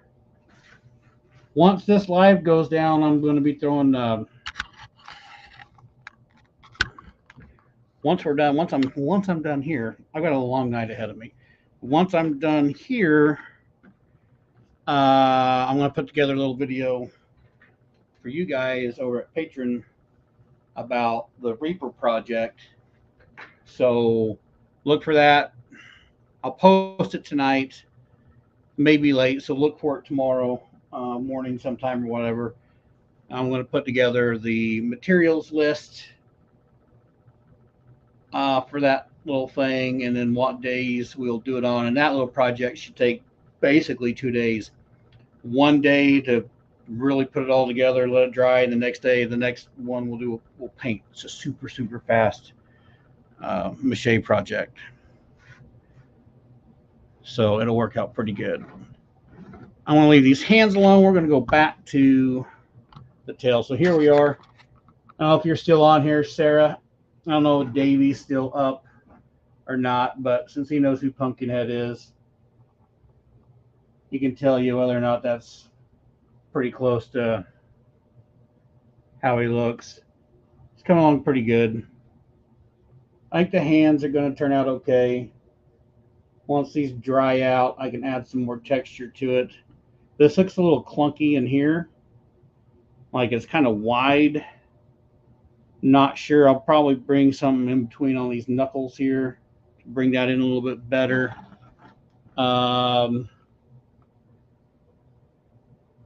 This hand's not too clunky on this side. I know it's not focusing. Come on, focus. Focus down here. Maybe if I can get some, block out some of this light. Let's see. Focus, baby. Come on. Focus. Anyway, that hand doesn't look too clunky. The wrist, though, on this side, let me turn him. This shape I keep looking at right here, like his wrist almost looks broke. So I don't know if I'm going to play. I might build some more stuff up here to kind of bring this line together a little bit better. I don't know. But even at that, with this thing being like this demon / pumpkin vine thing, whatever the heck he's supposed to be, it all really might play together pretty decent. I am going to add some more beefiness to his buttocks that we were working on the other day because it thinned out quite a bit. So I'm going to add a little bit more. And I'm turning this light back on so I can see. Sorry, because I can't see.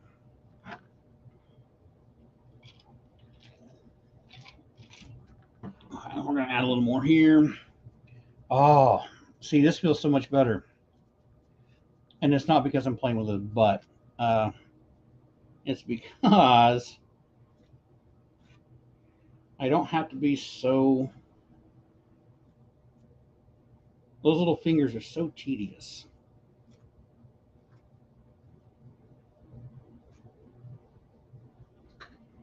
And this area is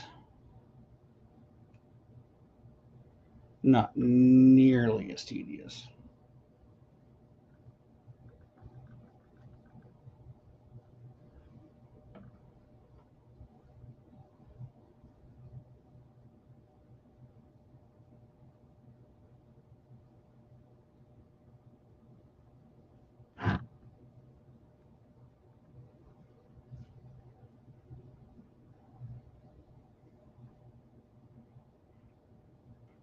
So I can work quicker, I can work faster. It's like a relief to work on this.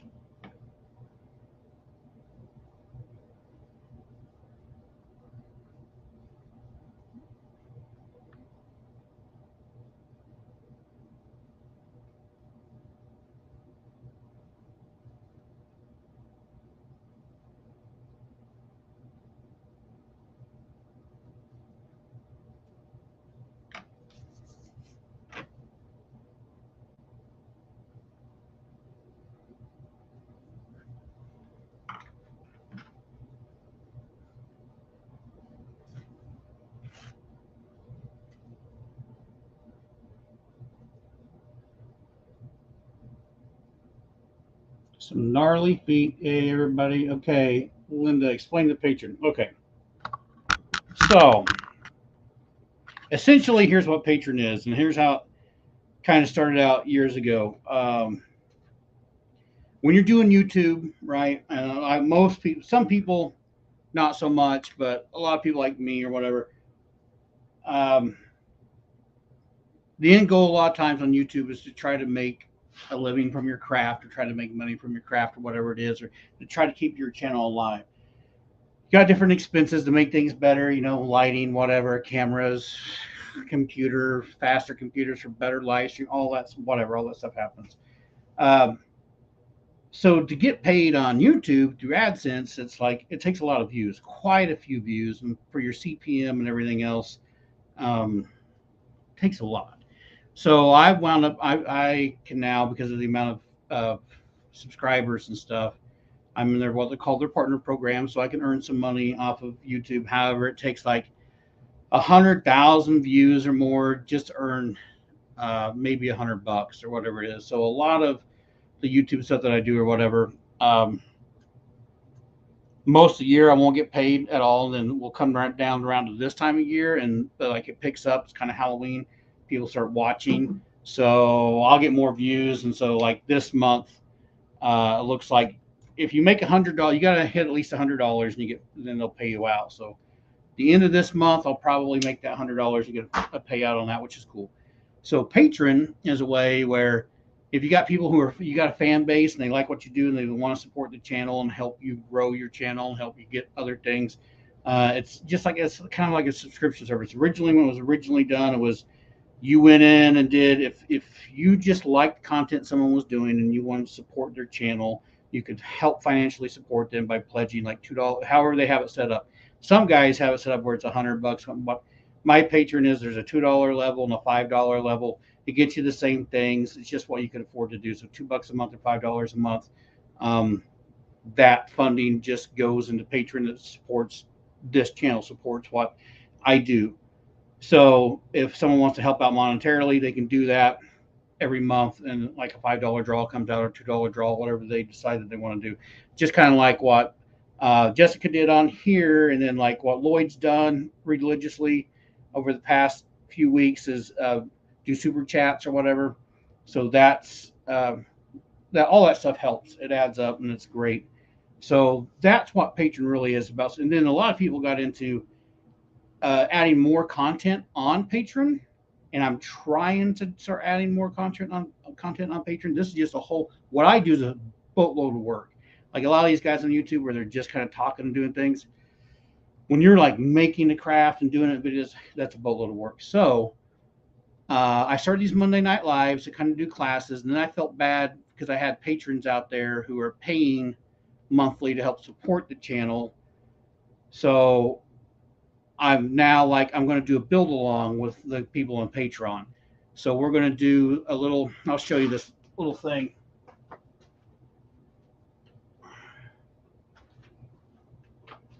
I'm going to do a live build along class. We're going to make this little tabletop Reaper guy. This is a super easy build. So I'm going to go to Patreon. All those guys are on there. They get different emails when I send them stuff. I'm going to give them a list of all the materials needed for this. And then I'm going to do a live. It'll probably be a Wednesday or a Thursday that they can only see, and it'll probably be next week. And we'll do a build where they're actually building right along, and we're doing all this together. And so by the time we're done, they've got a product that they've made by doing this together. And then they can, if they have any kind of road bumps along the way or having problems, they can just ask me, right in there. It's the closest thing to being able to have a class without you guys being able to come to Kansas and actually be at a table and us working together. So doing that. So that's Patreon in a nutshell. It's just a way to help your creators that you like. And there's all kinds of creators out there on YouTube that got patrons. And if you like what they do and you enjoy watching their content and they got that patron there, and if you can afford, if they like a $2 level or $5 level, I advocate the support of them, right? Go over to them, whoever it is, and throw them that couple dollars or whatever, because it's a lot. Those guys are doing that. It's a lot of work to put a lot of this stuff together. because they don't have any backing. They're not on TV. They don't have a channel. A corporation that's um, paying them to make content or whatever. And then I try to, and then my end game too is just I I appreciate everybody. I appreciate everybody that just watches on YouTube. I appreciate, like, we're seven of us now. We're like, what, 2 hours and 11 minutes into this, and there's still seven of you guys. They're just hanging and doing whatever, and now listening to me talk about patron crap. Um, I appreciate all you guys being here all the time. So I'm trying to come up with a bunch of different ways to show all you guys, everybody from patrons who are paying that monthly to people who are throwing super chats up here and different stuff, and just the viewers that keep coming back. If I didn't have the viewers, here's the honest to God truth. Here's the honest truth.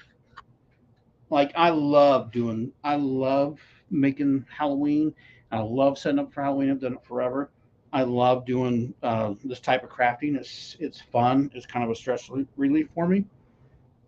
But if I didn't have the viewers who came and watched and left comments and stuff, I would just quit uh, doing YouTube because it's easier just to make stuff, right? So it's faster and easier just to come down here and just start making something and building it and then moving on. Because even when you're making a YouTube video, you're at least for me now, like, I'm moving the camera somewhere else and setting it up, and I'm doing different shots or whatever and that type of junk, and then moving it again to get a different kind of shot. And so it takes a lot longer to build projects, but it's fun when I get the video at the end and get it out there and see that people watch it and see that people enjoy it and see that people have learned stuff. Then that's cool. I enjoy that. Like I said, if I didn't have any viewers at all and didn't have anyone who left comments and did that type of stuff, I would just be like, oh no, I'm just going to build this and move on. But you guys, all you guys are awesome.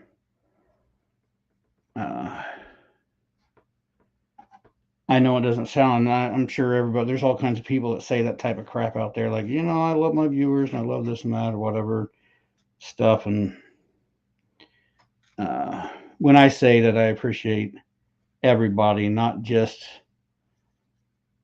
the ones who are patrons, not just ones who can,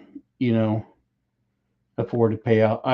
Just the views, the shares, the likes. So I appreciate all that because, man, I know what it's like to be broke and not be able to afford anything. I've been there many, many times, many, many times. The way my real job's going at the moment, I'm almost there again right now. But so I appreciate all of it. I appreciate the views. I appreciate the comments. I appreciate the views for people who actually take the time out of their day to watch some video that I've put up on YouTube. Because, man, I go back, I've looked at some of my older videos, and, man, some of those things are boring. Real boring. Some of these newer ones are a little bit more funny. And that's what I'm trying to do. I'm just trying to make it more entertaining all the time. So, Linda, hopefully that helps out explaining on some stupid tangent that I just went off on that probably doesn't make any sense whatsoever, other than sounding like I'm begging for cash, which I'm not. But that's Patreon. And then you can find, like I said, there's lots of YouTubers out there that use Patreon to help support their channel, help put food on the table, help pay bills, that type of stuff. Yeah, that's what it's there for. Okay, let's get off that soapbox now that I've got everybody down to 4 people now after talking about that crap. 9:31. We've been 2 hours and 16 minutes. All right, we're at a point.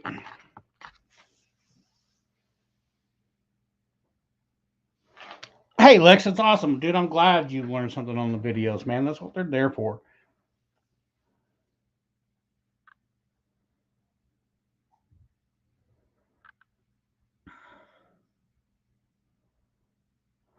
Dude, Lloyd, let me tell you, man, that's editing is like what I'll do this right quick here because I've got where did I and I think this was free.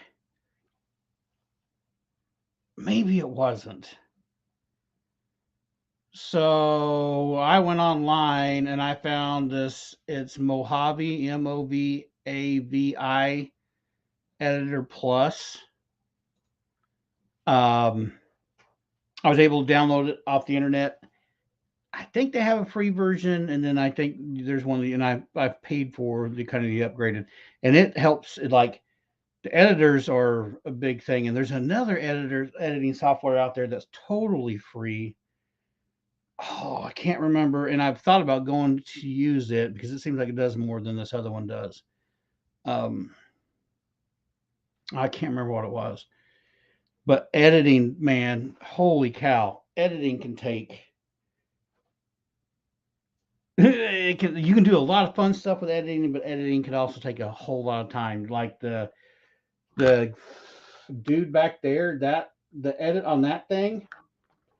So, and that also goes into how you film it, right? So when I film that one, I just let the camera roll on normal time all the time and film the whole thing. So when I got all the footage together for that, dude, I had like 14 or 15 hours worth of footage on that I had to go back and compress and edit that thing down to like so it took me like 2 weeks 2 weeks to edit the video for that little dude to get that thing out. So when you are doing it, even editing, I one of the things I've learned is now when I film when I'm videoing like for a video, not these lives. When I'm actually filming for, I kind of think about what I'm going to do, and then if I'm going to have this part where I'm talking about whatever, and then I know I'm going to go into this next section that's going to be like work, and it needs to be kind of sped up because no one just wants to see mache get thrown on. Um, so then I'll time lapse that stuff. So now when I'm filming and doing stuff, I know there's certain things I want to time lapse. I know there's certain things that I don't want to time lapse. So I'm always moving the, and when you do it that way, then you can pull your video together and edit it much faster. Maybe one of these days I'll have a big enough following and enough stuff from, you know, AdSense and YouTube, which would be great, and patrons that I could pay someone to edit videos. That would be amazing because it takes a lot of time, but editing can be fun too. I used to really like editing,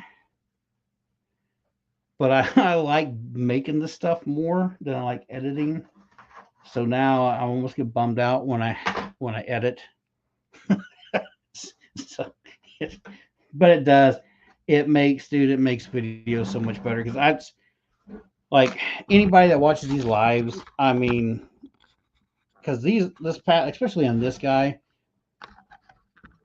I mean, I know Lex says that he's learned something on every video. There's no way on this dude there can be that much learning because I'm not. It's just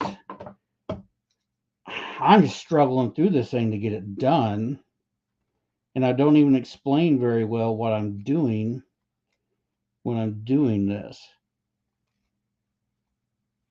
But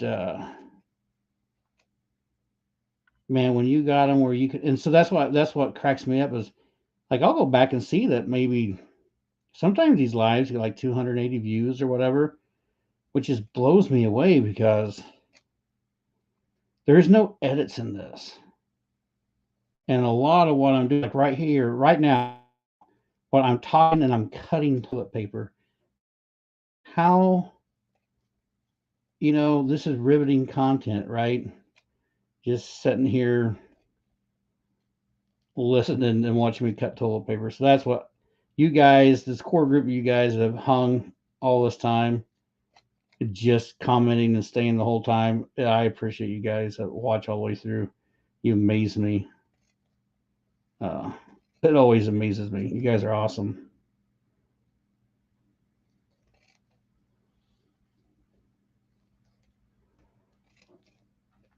You guys are awesome. Yeah, we got back up. Man, we dropped down to 4 people and right back up to 9. How about that? Okay, I'm going to try to wrap this tail real quick with how we were doing it last week because we're pretty much. I'm to a point that I can say that we're done with this. Right? That we're done, that I'm done.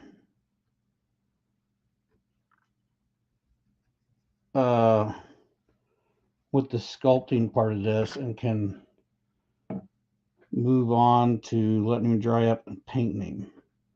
I finally see the end here.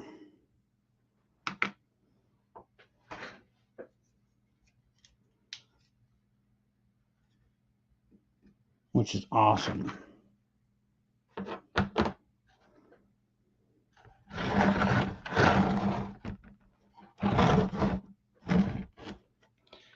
I had to come back around so I can get this side. And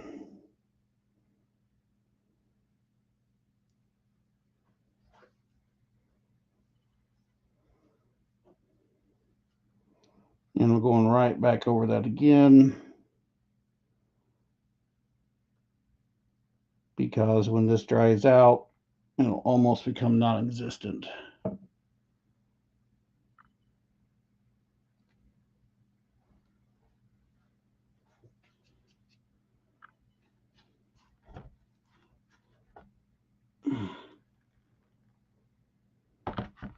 Right? Yeah. When he does his lives and everybody's just watching paint dry, yeah, I know, right? But I can tell you this too, though. I know that, like some of these days, like when I get done with you guys tonight, I've got another project that I'm working on for YouTube, so I'm going to still be up until midnight, 1 o'clock, something like that. And I'll be filming. And that's at a point in time where it's like I've got this little laptop down here. And I know I say that this is boring, but man, if there was like most all of like Alan's lives, I've seen most of all his stuff that he's done put out there, but no one's got any long content out there. And it's like when you're doing this, my hands get all nasty. And then if I'm watching a little video that's only 20 minutes, and I don't want to go back and touch my mouse again because my hands are all gross. So I almost wish there was some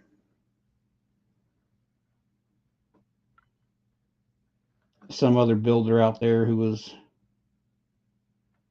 doing some longer form stuff to watch. I saw that Drac was on the other day. I was watching for a little bit. I guess I could throw some of his stuff up and on.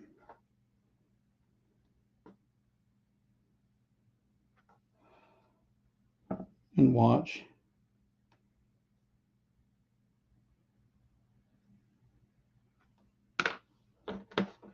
This is a pain.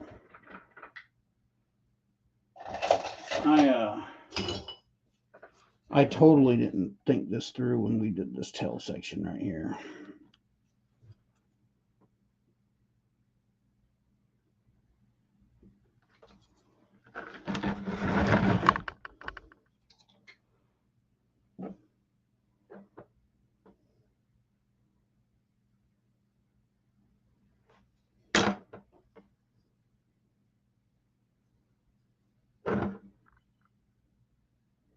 And then I think the end's supposed to have a point on it as well. I got to figure out how I'm going to do that. Oh, I almost messed the hand up. You guys couldn't see that. I swung this thing around, and that hand with all that fresh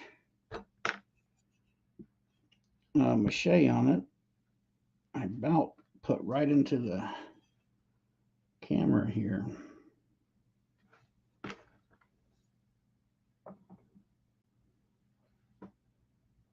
Yeah, I got dogs, but they're upstairs. I try to keep them out of it. They tear way too much stuff up. Actually, if I'm correct, I bet you both dogs right now are on my bed with Carrie hunkering down for the night because that's what they'll do. They like to lay down with her, and then by the time I come to bed, I have to run them off.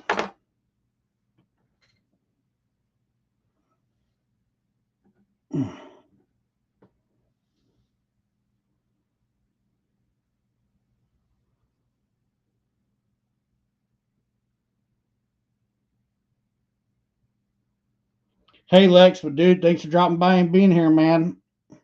Was glad to see you and hear from you. Have a good night, man. I know it's late.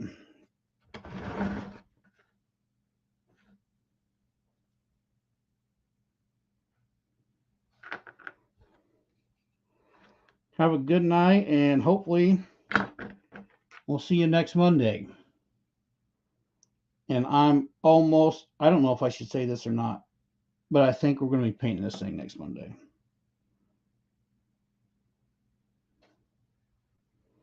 I honestly feel like we're that close.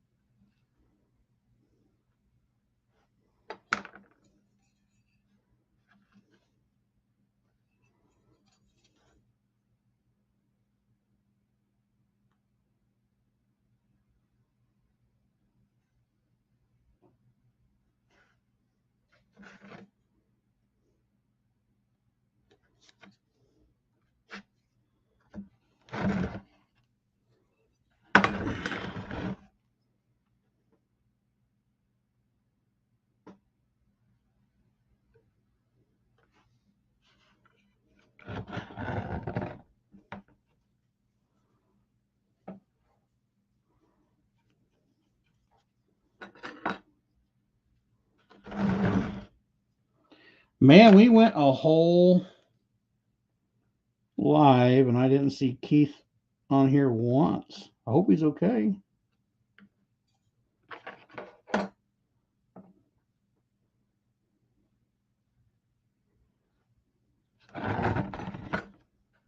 He probably got on and probably saw that the first super chat came in and probably saw that Lloyd was already hunting him down, and then he saw that Lloyd super chatted, and he was like, "Nope, nope, not even going to say I'm on here."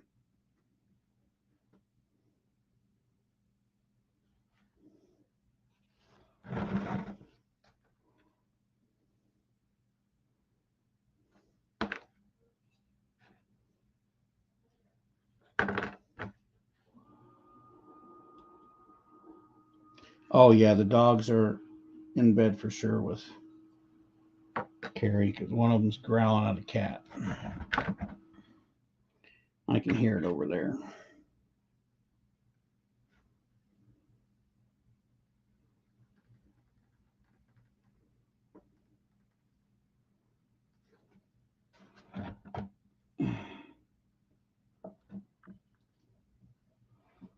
He's too poor. Yeah, we're all that way, man. Uni, getting ready early, I see. Going to be getting ready for Halloween here pretty soon. Yes, yes, yes. Trying to get this guy done. But I'm always doing Halloween though. That's all year long.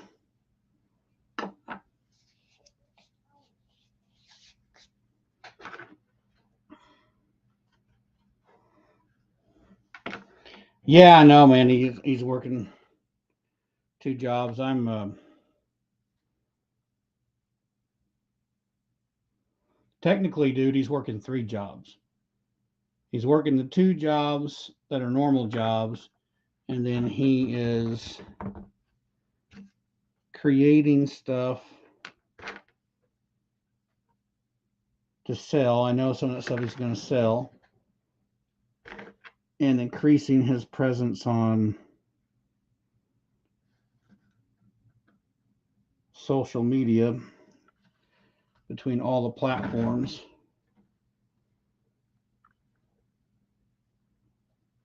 And all that's going to help out of an end goal, because I'm pretty sure, I think, I could be wrong, but I think Keith wants to create props and stuff to sell too.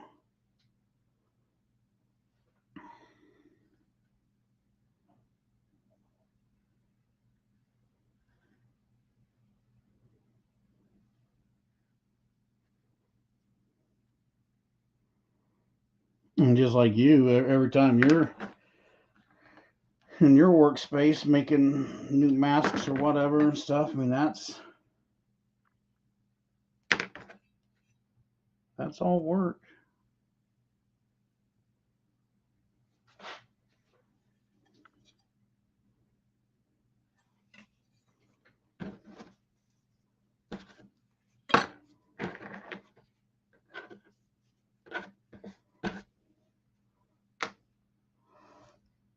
Oh, we're getting so close. Get off my finger.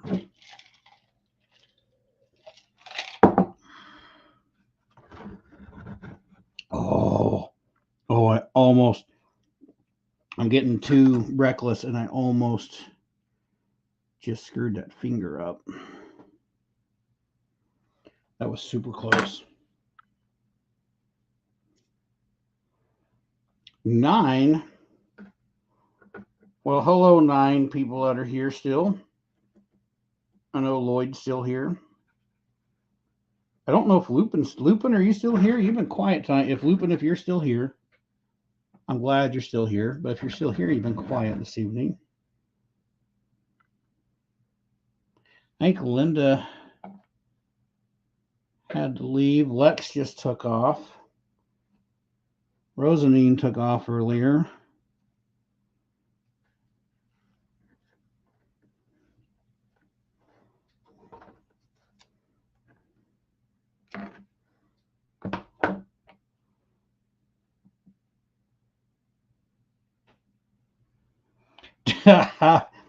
Lloyd, you're probably so right, man. So anybody that's on here who knows who Keith is, he's been working a couple jobs, and Lloyd says he's probably working Home Depot to get the early job on the props. He's probably exactly right. Hey, Lupin is still here. Awesome.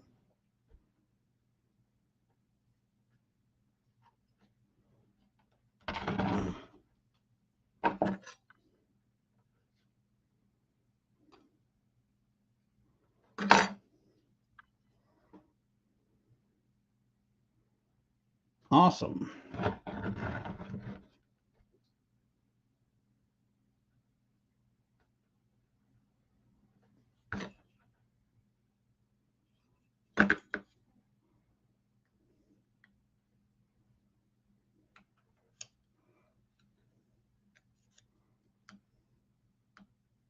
Whoa, I just about ripped that all off. Yeah.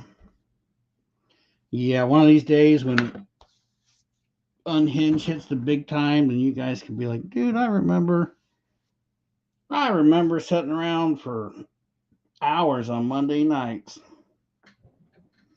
just talking BS.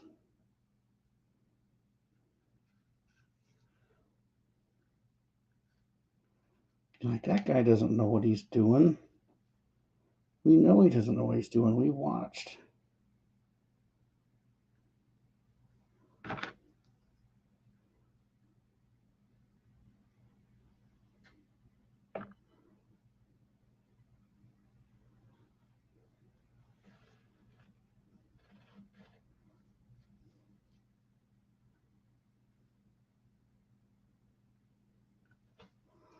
I'm insane for doing this.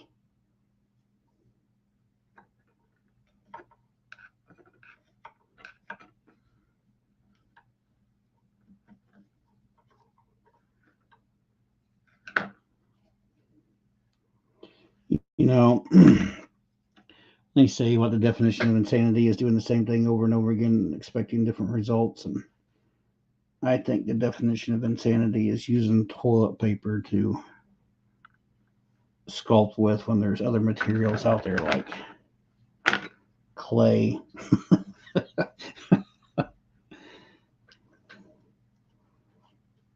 That make things much quicker. Lupin, I'm watching, but also going through stuff from my mother's estate. Oh no, I'm sorry, Lupin? It sounds like did you lose your mom? If you did, I condolences. I'm super sorry. I'm sorry for your loss. That stuff's never fun at all. I lost my dad years ago. Years ago. Oh, is that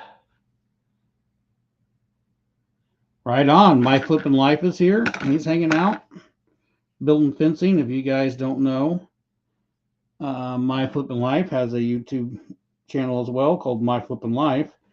We need to put that out there too, because I don't even think Dead End Yard Hunt has a YouTube channel as well. If you guys didn't know, Lloyd has a YouTube channel. He makes some cool masks. He's got some awesome stuff that he does. Last few videos have been some things that he's bought, which has been super cool. Lloyd makes some really cool stuff.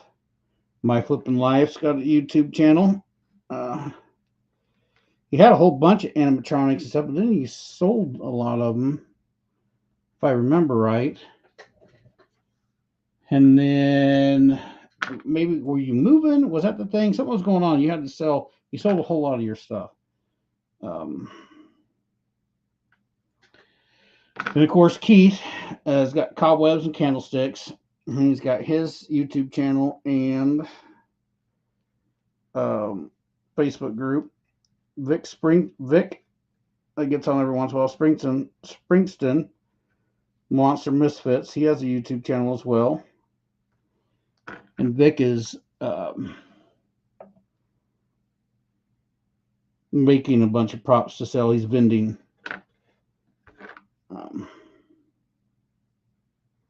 Which is cool. Lupin, do you have a YouTube channel that I don't know about or you've already told me about and I forgot because I'm not a good person like that?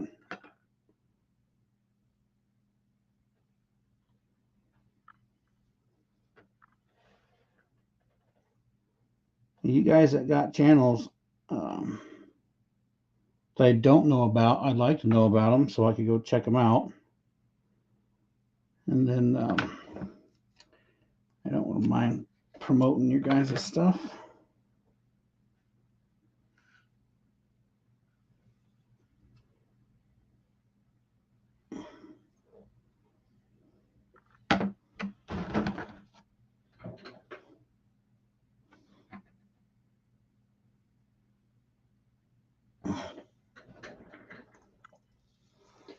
Vic is Mr. Corpse. Yeah, no channel. Thought about it.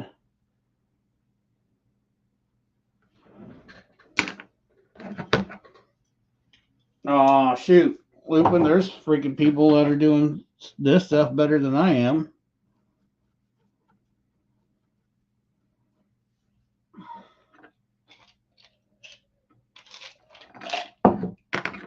You may have a complete different style than anybody else. Your personality may be completely different than everybody else's. That would ring through.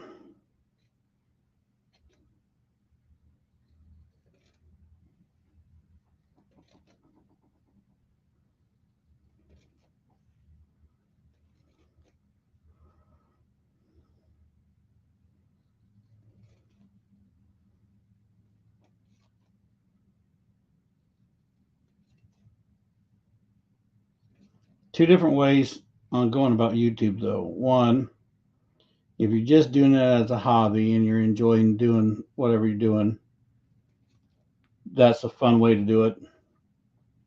If you want to turn it into a business, which is what I'm currently working on, and be prepared for a lot of work. So it's going to be a whole lot of work. So I suggest that whatever you're making videos on, that it's something you really enjoy doing.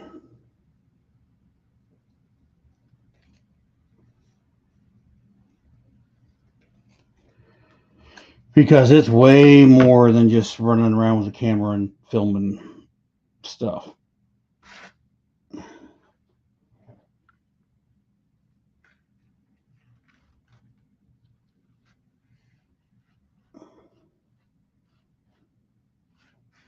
Come on, come on, come on, come on. Get on there. Get on there. Hello. There we go.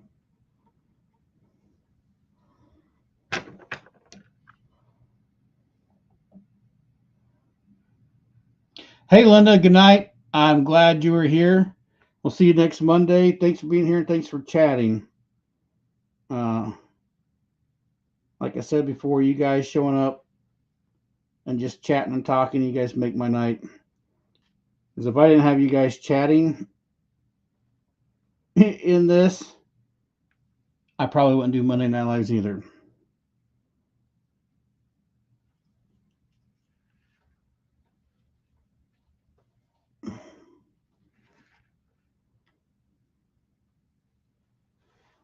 Chat's awesome. Man, it was rolling earlier. I couldn't keep up with it. Linda, have a good night and have a good rest of the week.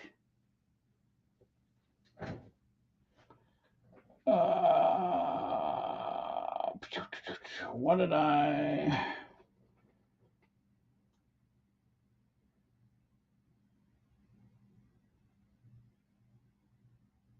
Or Shauna Robinson. You have to go. Okay. Well, have a good night as well. You too. I got a whole lot of night left. Lupin. I have a unique way of doing things, and you have a unique way of doing it.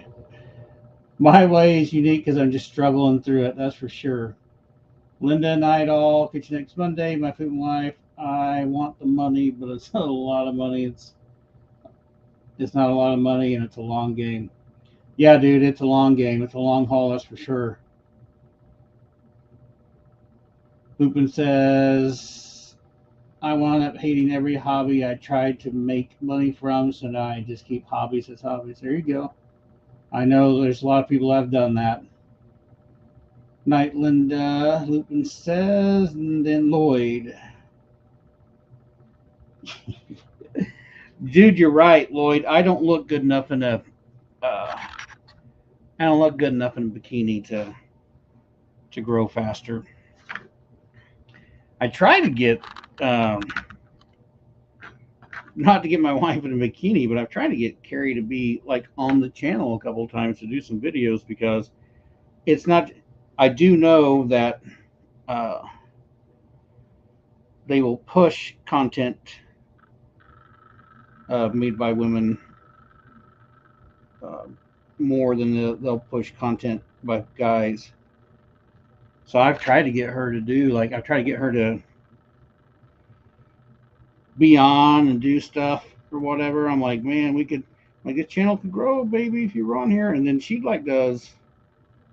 She likes to make some different cards and stuff, and she's taught herself how to do calligraphy.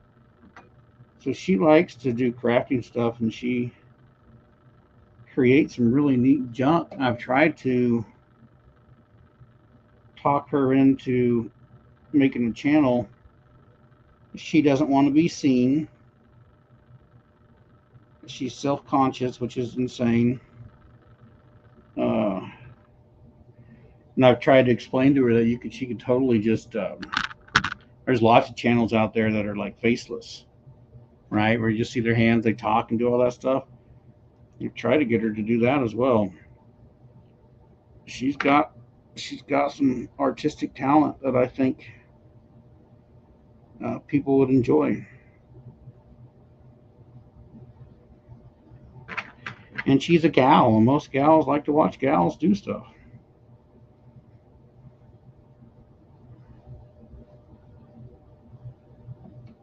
You're correct, Lloyd. Moose knuckles just don't sell. I don't know why, but it doesn't work.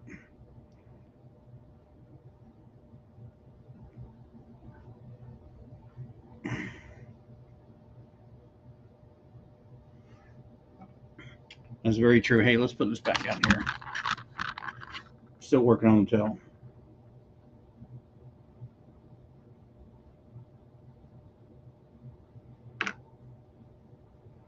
Mm-hmm. Oh, this is the point in time where I can start to see the light at the end of the tunnel. I mean, there's some. I'll probably do some more detail on the hands and stuff, but I'll probably. Well, I say that, and I didn't do it last week, but if everything pans out, I'll find some time to get the last bit of details done. So next week it can just be painting this guy. And I'll probably just do the. I'll probably just paint this base black for now and not do. It'd be cool to do him like a little pumpkin patch scene on this thing, but I don't think I'm going to take the time.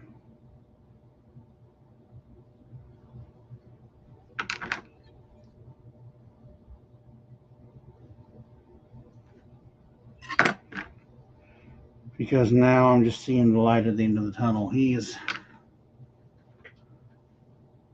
almost all done.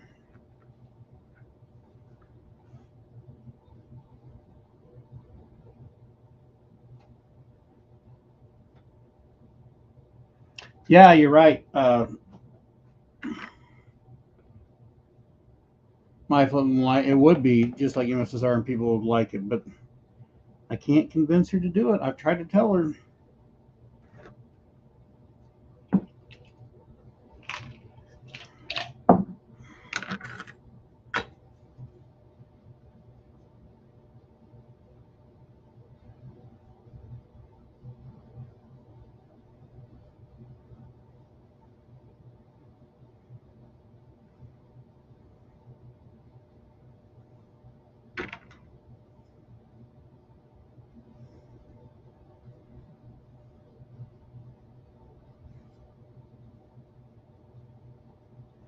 Tried to tell her. Oh, I almost dipped that in my drink.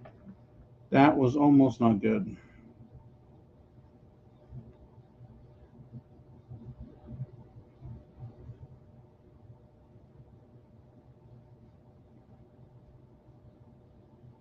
Keep looking at the time. We're 2:49. We're almost 3 hours into this, but I'm so close. Look, just got this much of this tail left. I just want to kind of get past this tail, but I'm afraid if I don't get this done right now, like I won't do it. And like next week, I'll be trying to finish this tail up. And I'm looking at these other projects over here that I got to get after too.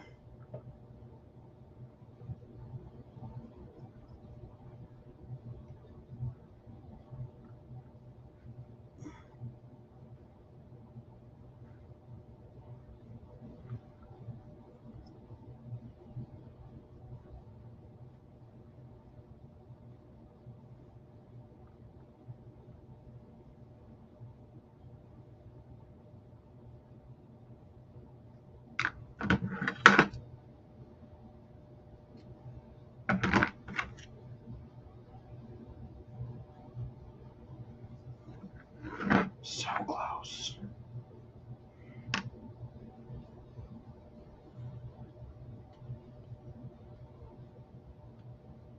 Yeah, Boopin, you're right. I can always add to the base later on if I wanted to. That's correct. Jordan, thank you. That way I can call you by your real name. I appreciate that. Lupin says one thing Mache has an advantage over Palmer is being able to go back days or years later and make changes or repairs. Yeah, dude, You're absolutely correct. You can. Man, I can tell you this too. Even like the mache clay and the witches that I made, those witches, I made those witches like they're on a, the heads themselves are on a styrofoam base head, and then I sculpted out cheeks, nose, and face, and all that stuff. Those witches are a good. They're a good 10 or 12 years old, and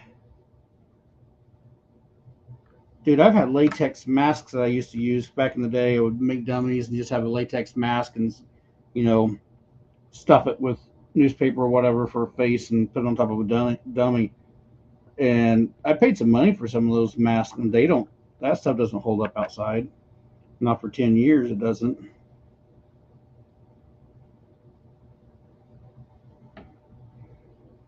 If you get your stuff sealed up really well when you're talking mache, it can last, and it's pretty durable. It's more durable than some of this stuff that I know people spend a lot of money on for props. Not quite as durable as a plastic or a resin.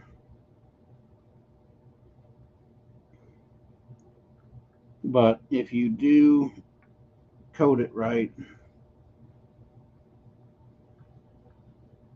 it will last.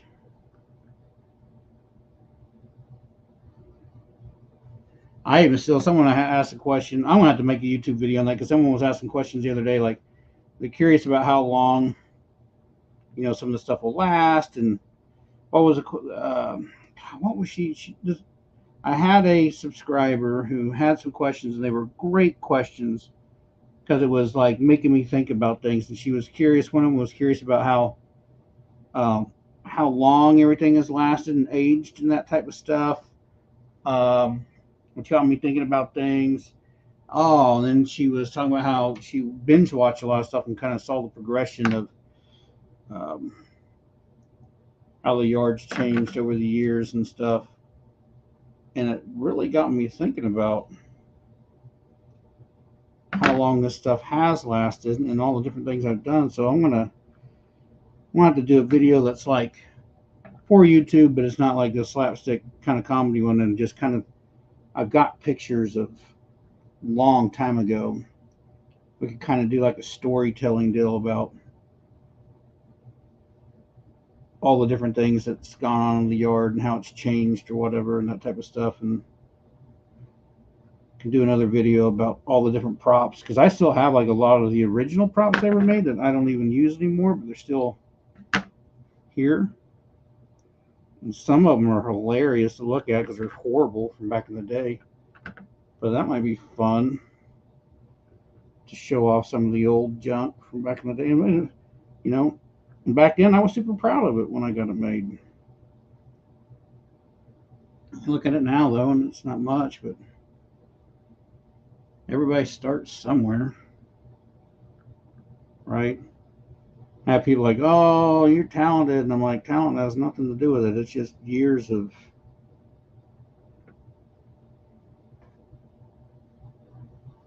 playing with this stuff. It's practice. Practice. Oh, mom approved haunts. Hello, how are you? Linda Solis is here. Souls, how are you? What did you miss? Linda, you've missed everything so far. It's been epic. You've missed toilet paper and mache paste drying. It's been pretty interesting. It's been a good night so far. Channel's lit up for a little while. Linda, glad to see you're here. We're doing a video on how to repair stuff could also be good. Yes, dude, looping, so that's coming, bro. I've got those. So if you were watching last year when I was putting the facade up and all that junk, We had the one storm, and my one witch, it ripped her hands in half. And yeah, right here.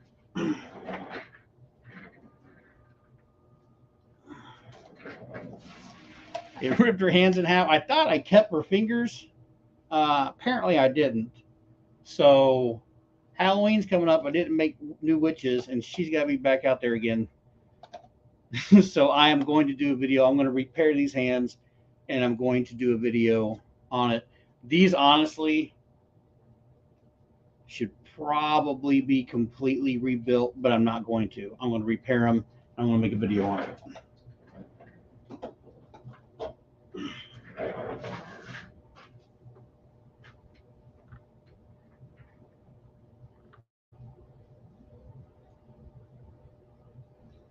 Jordan, thanks, bro. The facade, I was happy with the facade because I like a kid, right? Because I've always like forever, I have wanted to do a facade. I never really had the time, and I never really had the money. And last year just happened to show that I had just enough money to be able to pull that off.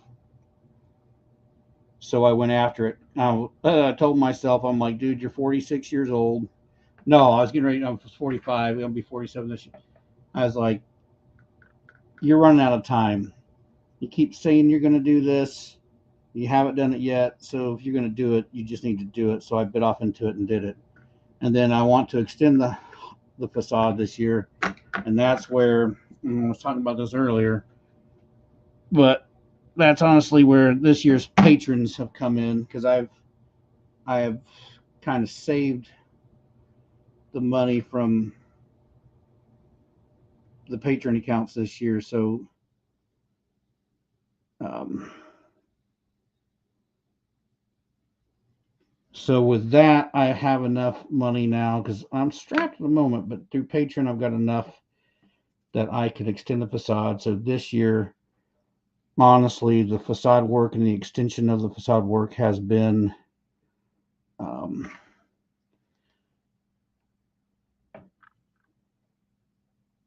has been funded and supported by the viewers, which is awesome.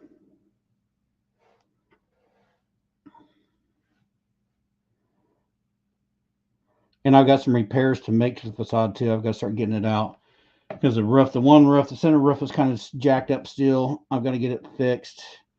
The cats have been clawing on the roof pieces because I couldn't really store those very good. So I had to fix that. And then I need to redo those roofs where they break apart into 3 flat pieces to where they can be stored. That was the only thing I messed up on. I made that all that roof line, I made 3 big roof lines, but then I couldn't tear those roof pieces apart. They were one solid piece. So then I have anywhere to store them. So I need to, if I have the time this year, what I need to do is revisit that, take those apart, and make them where they can come apart and be stored. All the panels are good, so all the main part of the facade, the house part of the facade, all that stuff's good. It all came apart. I was able to get it stored away. I haven't pulled it out yet, but it should all be in good shape. So the only thing I got to worry about is the roofs, and then extending it and making it bigger. So I'm probably in the next week or so going to pull it out, and it'll seem early. All the folks around here are going to think I'm starting Halloween early, but I need to get it out so I can start making those repairs and creating the new part of it so I can get it all done.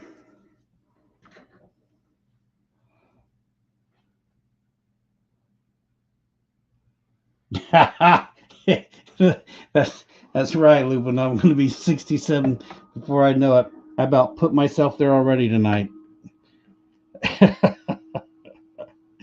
Oh my gosh.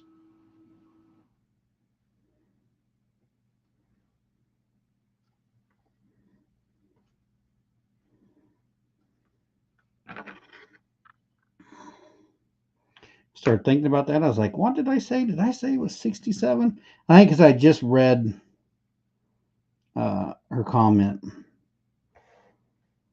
because she put her age on there.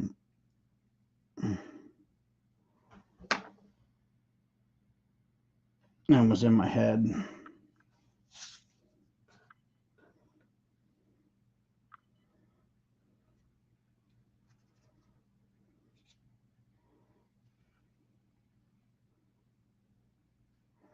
Oh, look at this.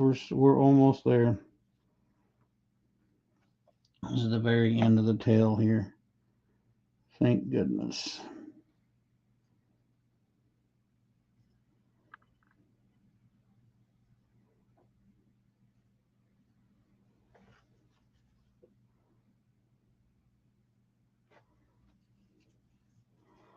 Let me do one more piece, and then I wonder if I can make the pointy end of his tail with just some TP. I don't know if I can pull that off or not, but I'll try. I'll try.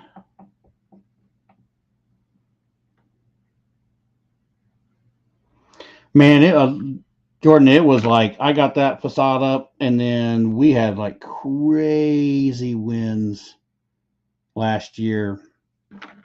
I think only thing that really saved it, of course, it was all bolted together or whatever, but I was able, it was close enough to the house that I was able to actually come up on the bottom sides of my rafters that come down and secure 2x4s. I was able to bolt 2x4s through the 2x6s that come down on the roof, and then ran over to the facade and was able to bolt that stuff together. And that's really what held that thing up. Then the only other thing I was worried about was it actually blowing the foam off of it. I literally was worried about that, but I had tacked it with some nail type stuff, and then I had put glue on it too at the same time, or like liquid nails on it or whatever, and it held up. So I was happy with it. But man, after I got it up, then we had some big storms coming through. Like we had winds. We had these 30, 40, 50 mile an hour winds that were sustained for, it was like 4 days in a row. Just constant. It never lit up. It's not like wind gusts, right? It was constant wind for 4 days that didn't stop. It was horrible. I've never had that much wind, or I've never experienced that much wind here for that long.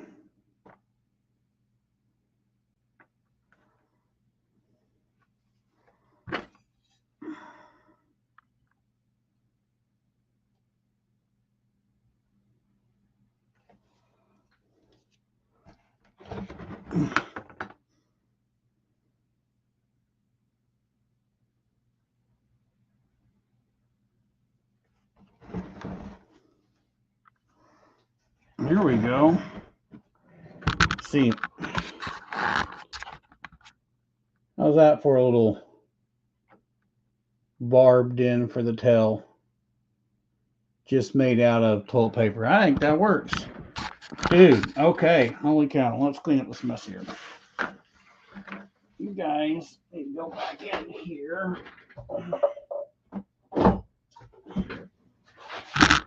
We get this cleaned up real quick. And then we can discuss a little bit, and then everybody can go to bed, because we're 3 hours and 5 minutes, and there are 10 people here. Out of the 10 people, I know Lupin was a little late. Dead End was a little late too, but not super late. Jordan just got here. So out of the 9 that are still here, and we're 3 hours into this thing, who all is here that's been here from the beginning and gone through this whole evening? Because you guys deserve some kind of an award. An award? But I don't know what kind of award to give you. I'm low on cash right now. I can't mail all that stuff off.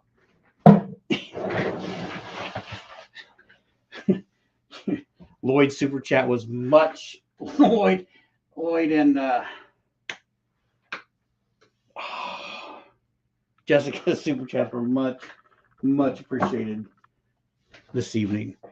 Right on. All right, let's get a look at this guy. Let's put this up. Let's get a look at this dude. All right. Overall, man, he looks pretty freaking cool. I'm happy with this texture stuff in here. Looks super cool. And then when this gets painted up, that flesh is going to look like it's ripped apart. So that's going to look really neat. I don't know. I could have done some more muscle stuff on there, but that's enough. I mean, how long am I going to do this? Tail looks good. These hands are going to turn out. They're going to look decent. I wasn't real happy with them earlier, but as they're drying up, you know, those claws look cool. The hands look pretty vicious. He's been working out. He's got these long abs, no separations, just long, crazy ab muscles. But he's looking pretty cool. And then, like, I think we're going to paint him next week. I think for now I'm just going to base this black. I might go back later on and put some pumpkins on it or something on my own time. I think it'd be neat to kind of router off those edges or something and make it just look more presentable. And then I don't know what I'm going to do with him. Yeah, I guess I'll build a shelf. I think I need to build a shelf back over here on this wall, because even when you look in the YouTube videos, you can see that. So I think maybe I need to build a shelf there, and then maybe he can live there, and a couple other things can live on that shelf and be like background stuff. Need pumpkin knuckles. I'm not putting pumpkin knuckles on him. I know there's one picture they're there, but it's close enough. He's close enough.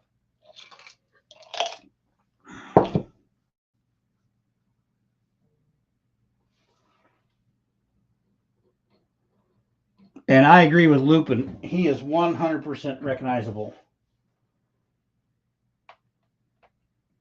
You know who he is looking at him.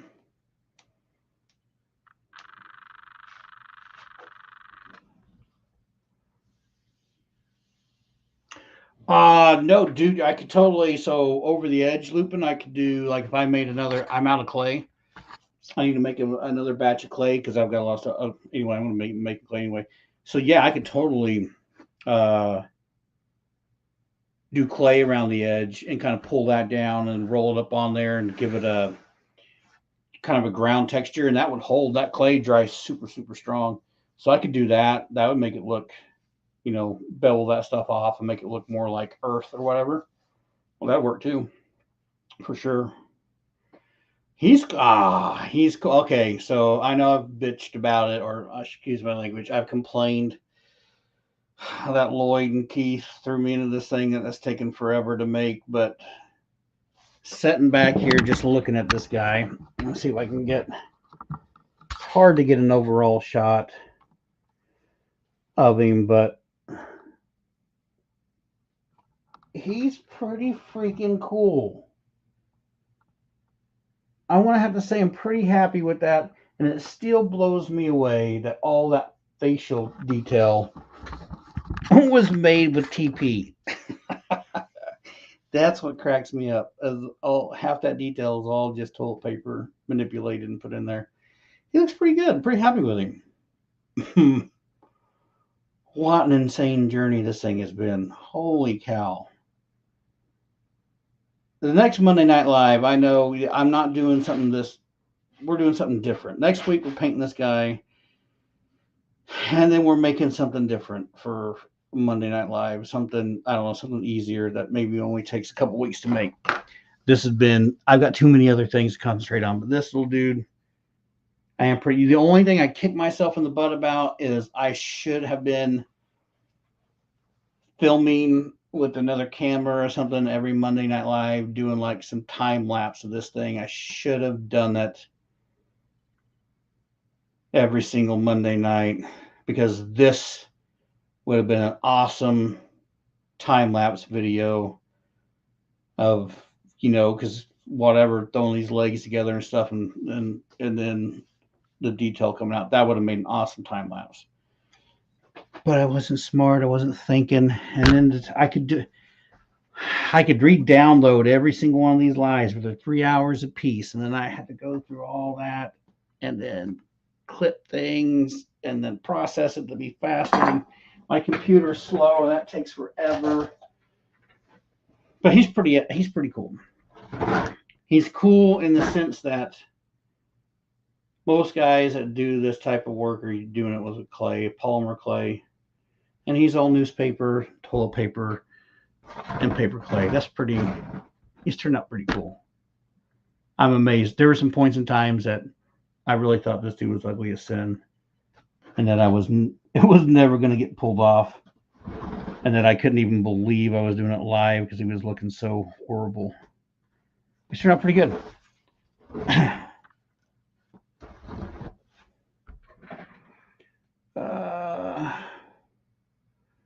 This kind of thing, dude, Lupin, you're right. You could just, now that he's bulked out, pretty much all done, you could just go back in and just more and more and more. You could put more little details here and there, this and that, and just continue on. Man, you just do it forever. But you're right. You could spend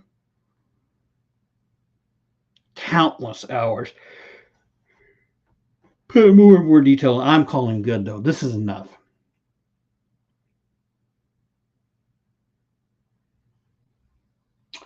Oh, dude, hey, Mom approved Hans. Thank you for saying it looks awesome to you. Lupin, awesome. Hey, thanks, Jordan. I appreciate that, brother. I always appreciate I will have a drink on you. Thank you. I appreciate the super chats. That's awesome. Lupin says I would never think this is the first time, but and dude, something this small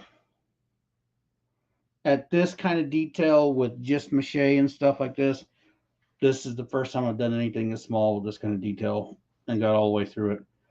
Bigger projects, I've done big projects that have detail, but bigger is easier.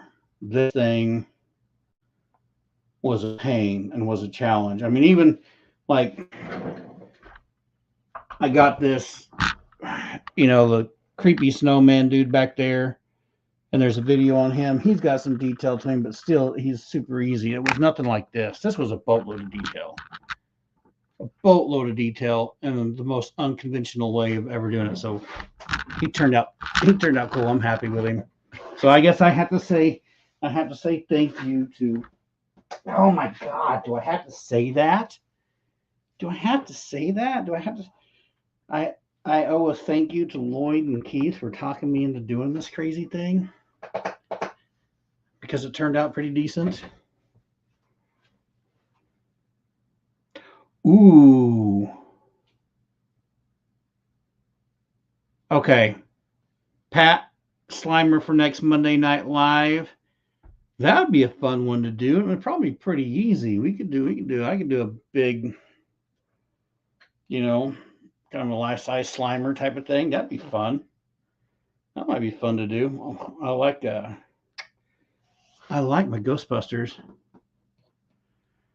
Berline's got questions, but too much for on here. Okay. Berline, I know you can either ask them on Patreon or send me an email or whatever, or DM something or whatnot, or just ask. I can try to answer them on here, but whatever. Whenever you want to send them, I will answer, because I'm going to be up now for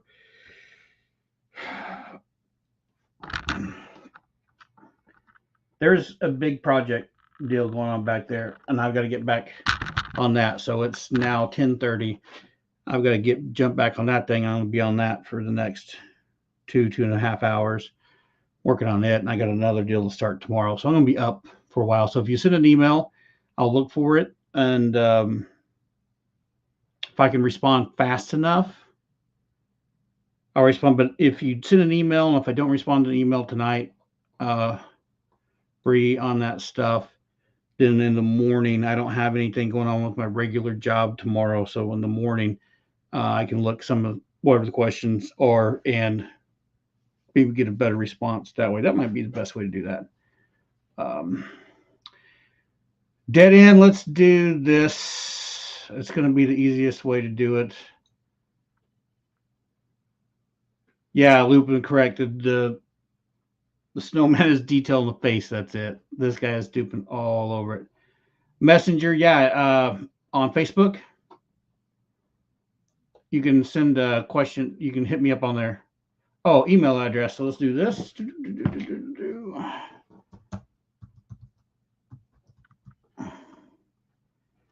At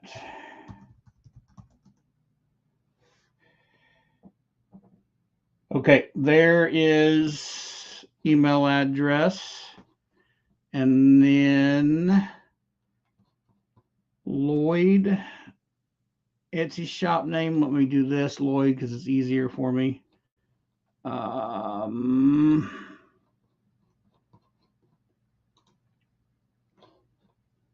I don't remember the Etsy shop name off the top of my head, but I can do this.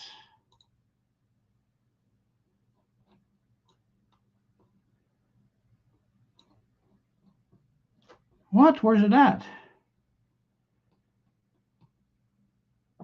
Why is it not in there? Okay. That doesn't even make any sense.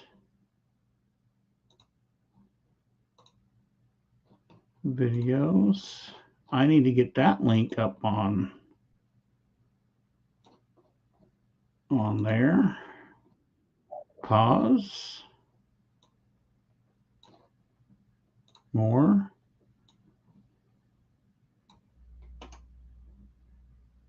Copy. Okay, I'm going to post the Etsy link on here.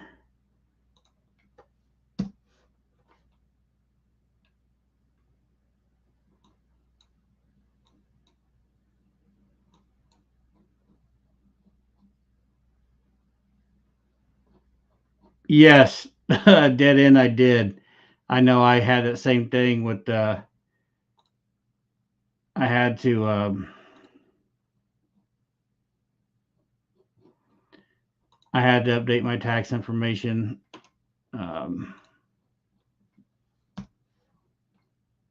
What? What's going on? Okay, well, I got to find out what's going on because that's not.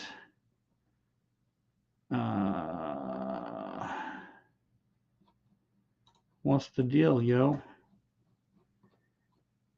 Etsy. Favorite. What do you mean there's nothing to see here yet? Huh.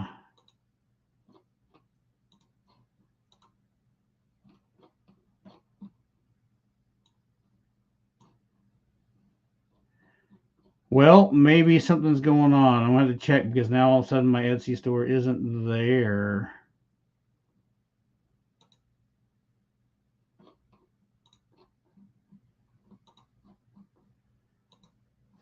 Okay, I got to find out what's going on with that. So I don't know. Maybe they did do a tax thing and now it's not on there and I didn't see the email. So I need to look at that. I haven't checked Etsy in about a month now, or a month and a half. So I need to check that. Thanks for bringing that to my attention, Lloyd. So I'll go check that out because it's not pulling up. So I'll find out what's going on with that. And then, okay, boom, boom, emails, all that stuff's done. I need to go check out. Don't even worry about clicking that Etsy shop deal because it's not going through. I'll find out what's going on.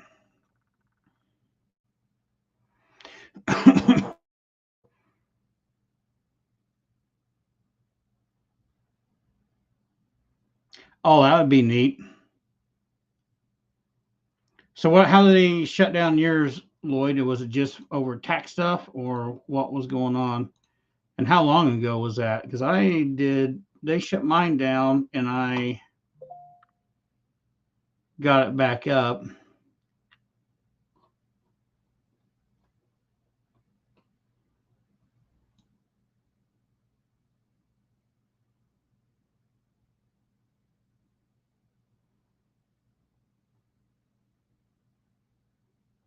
Oh, what is going on? Okay. Well, instead of me looking at that, I'm going to shut down this live for now. I got to go figure out what's going on with Etsy, and then I've got to get back on the stuff over here. So this dude's done. We're going to let him dry up. We're going to pay him next week. Thank all you guys for being here. Thank you guys for your super chats. Thank you guys for just being here and chatting and enjoying the evening. And I hope you all have a good week. And I will see you guys next Monday, and we'll get this thing finished up. And we'll see you all then. Until next time, keep making something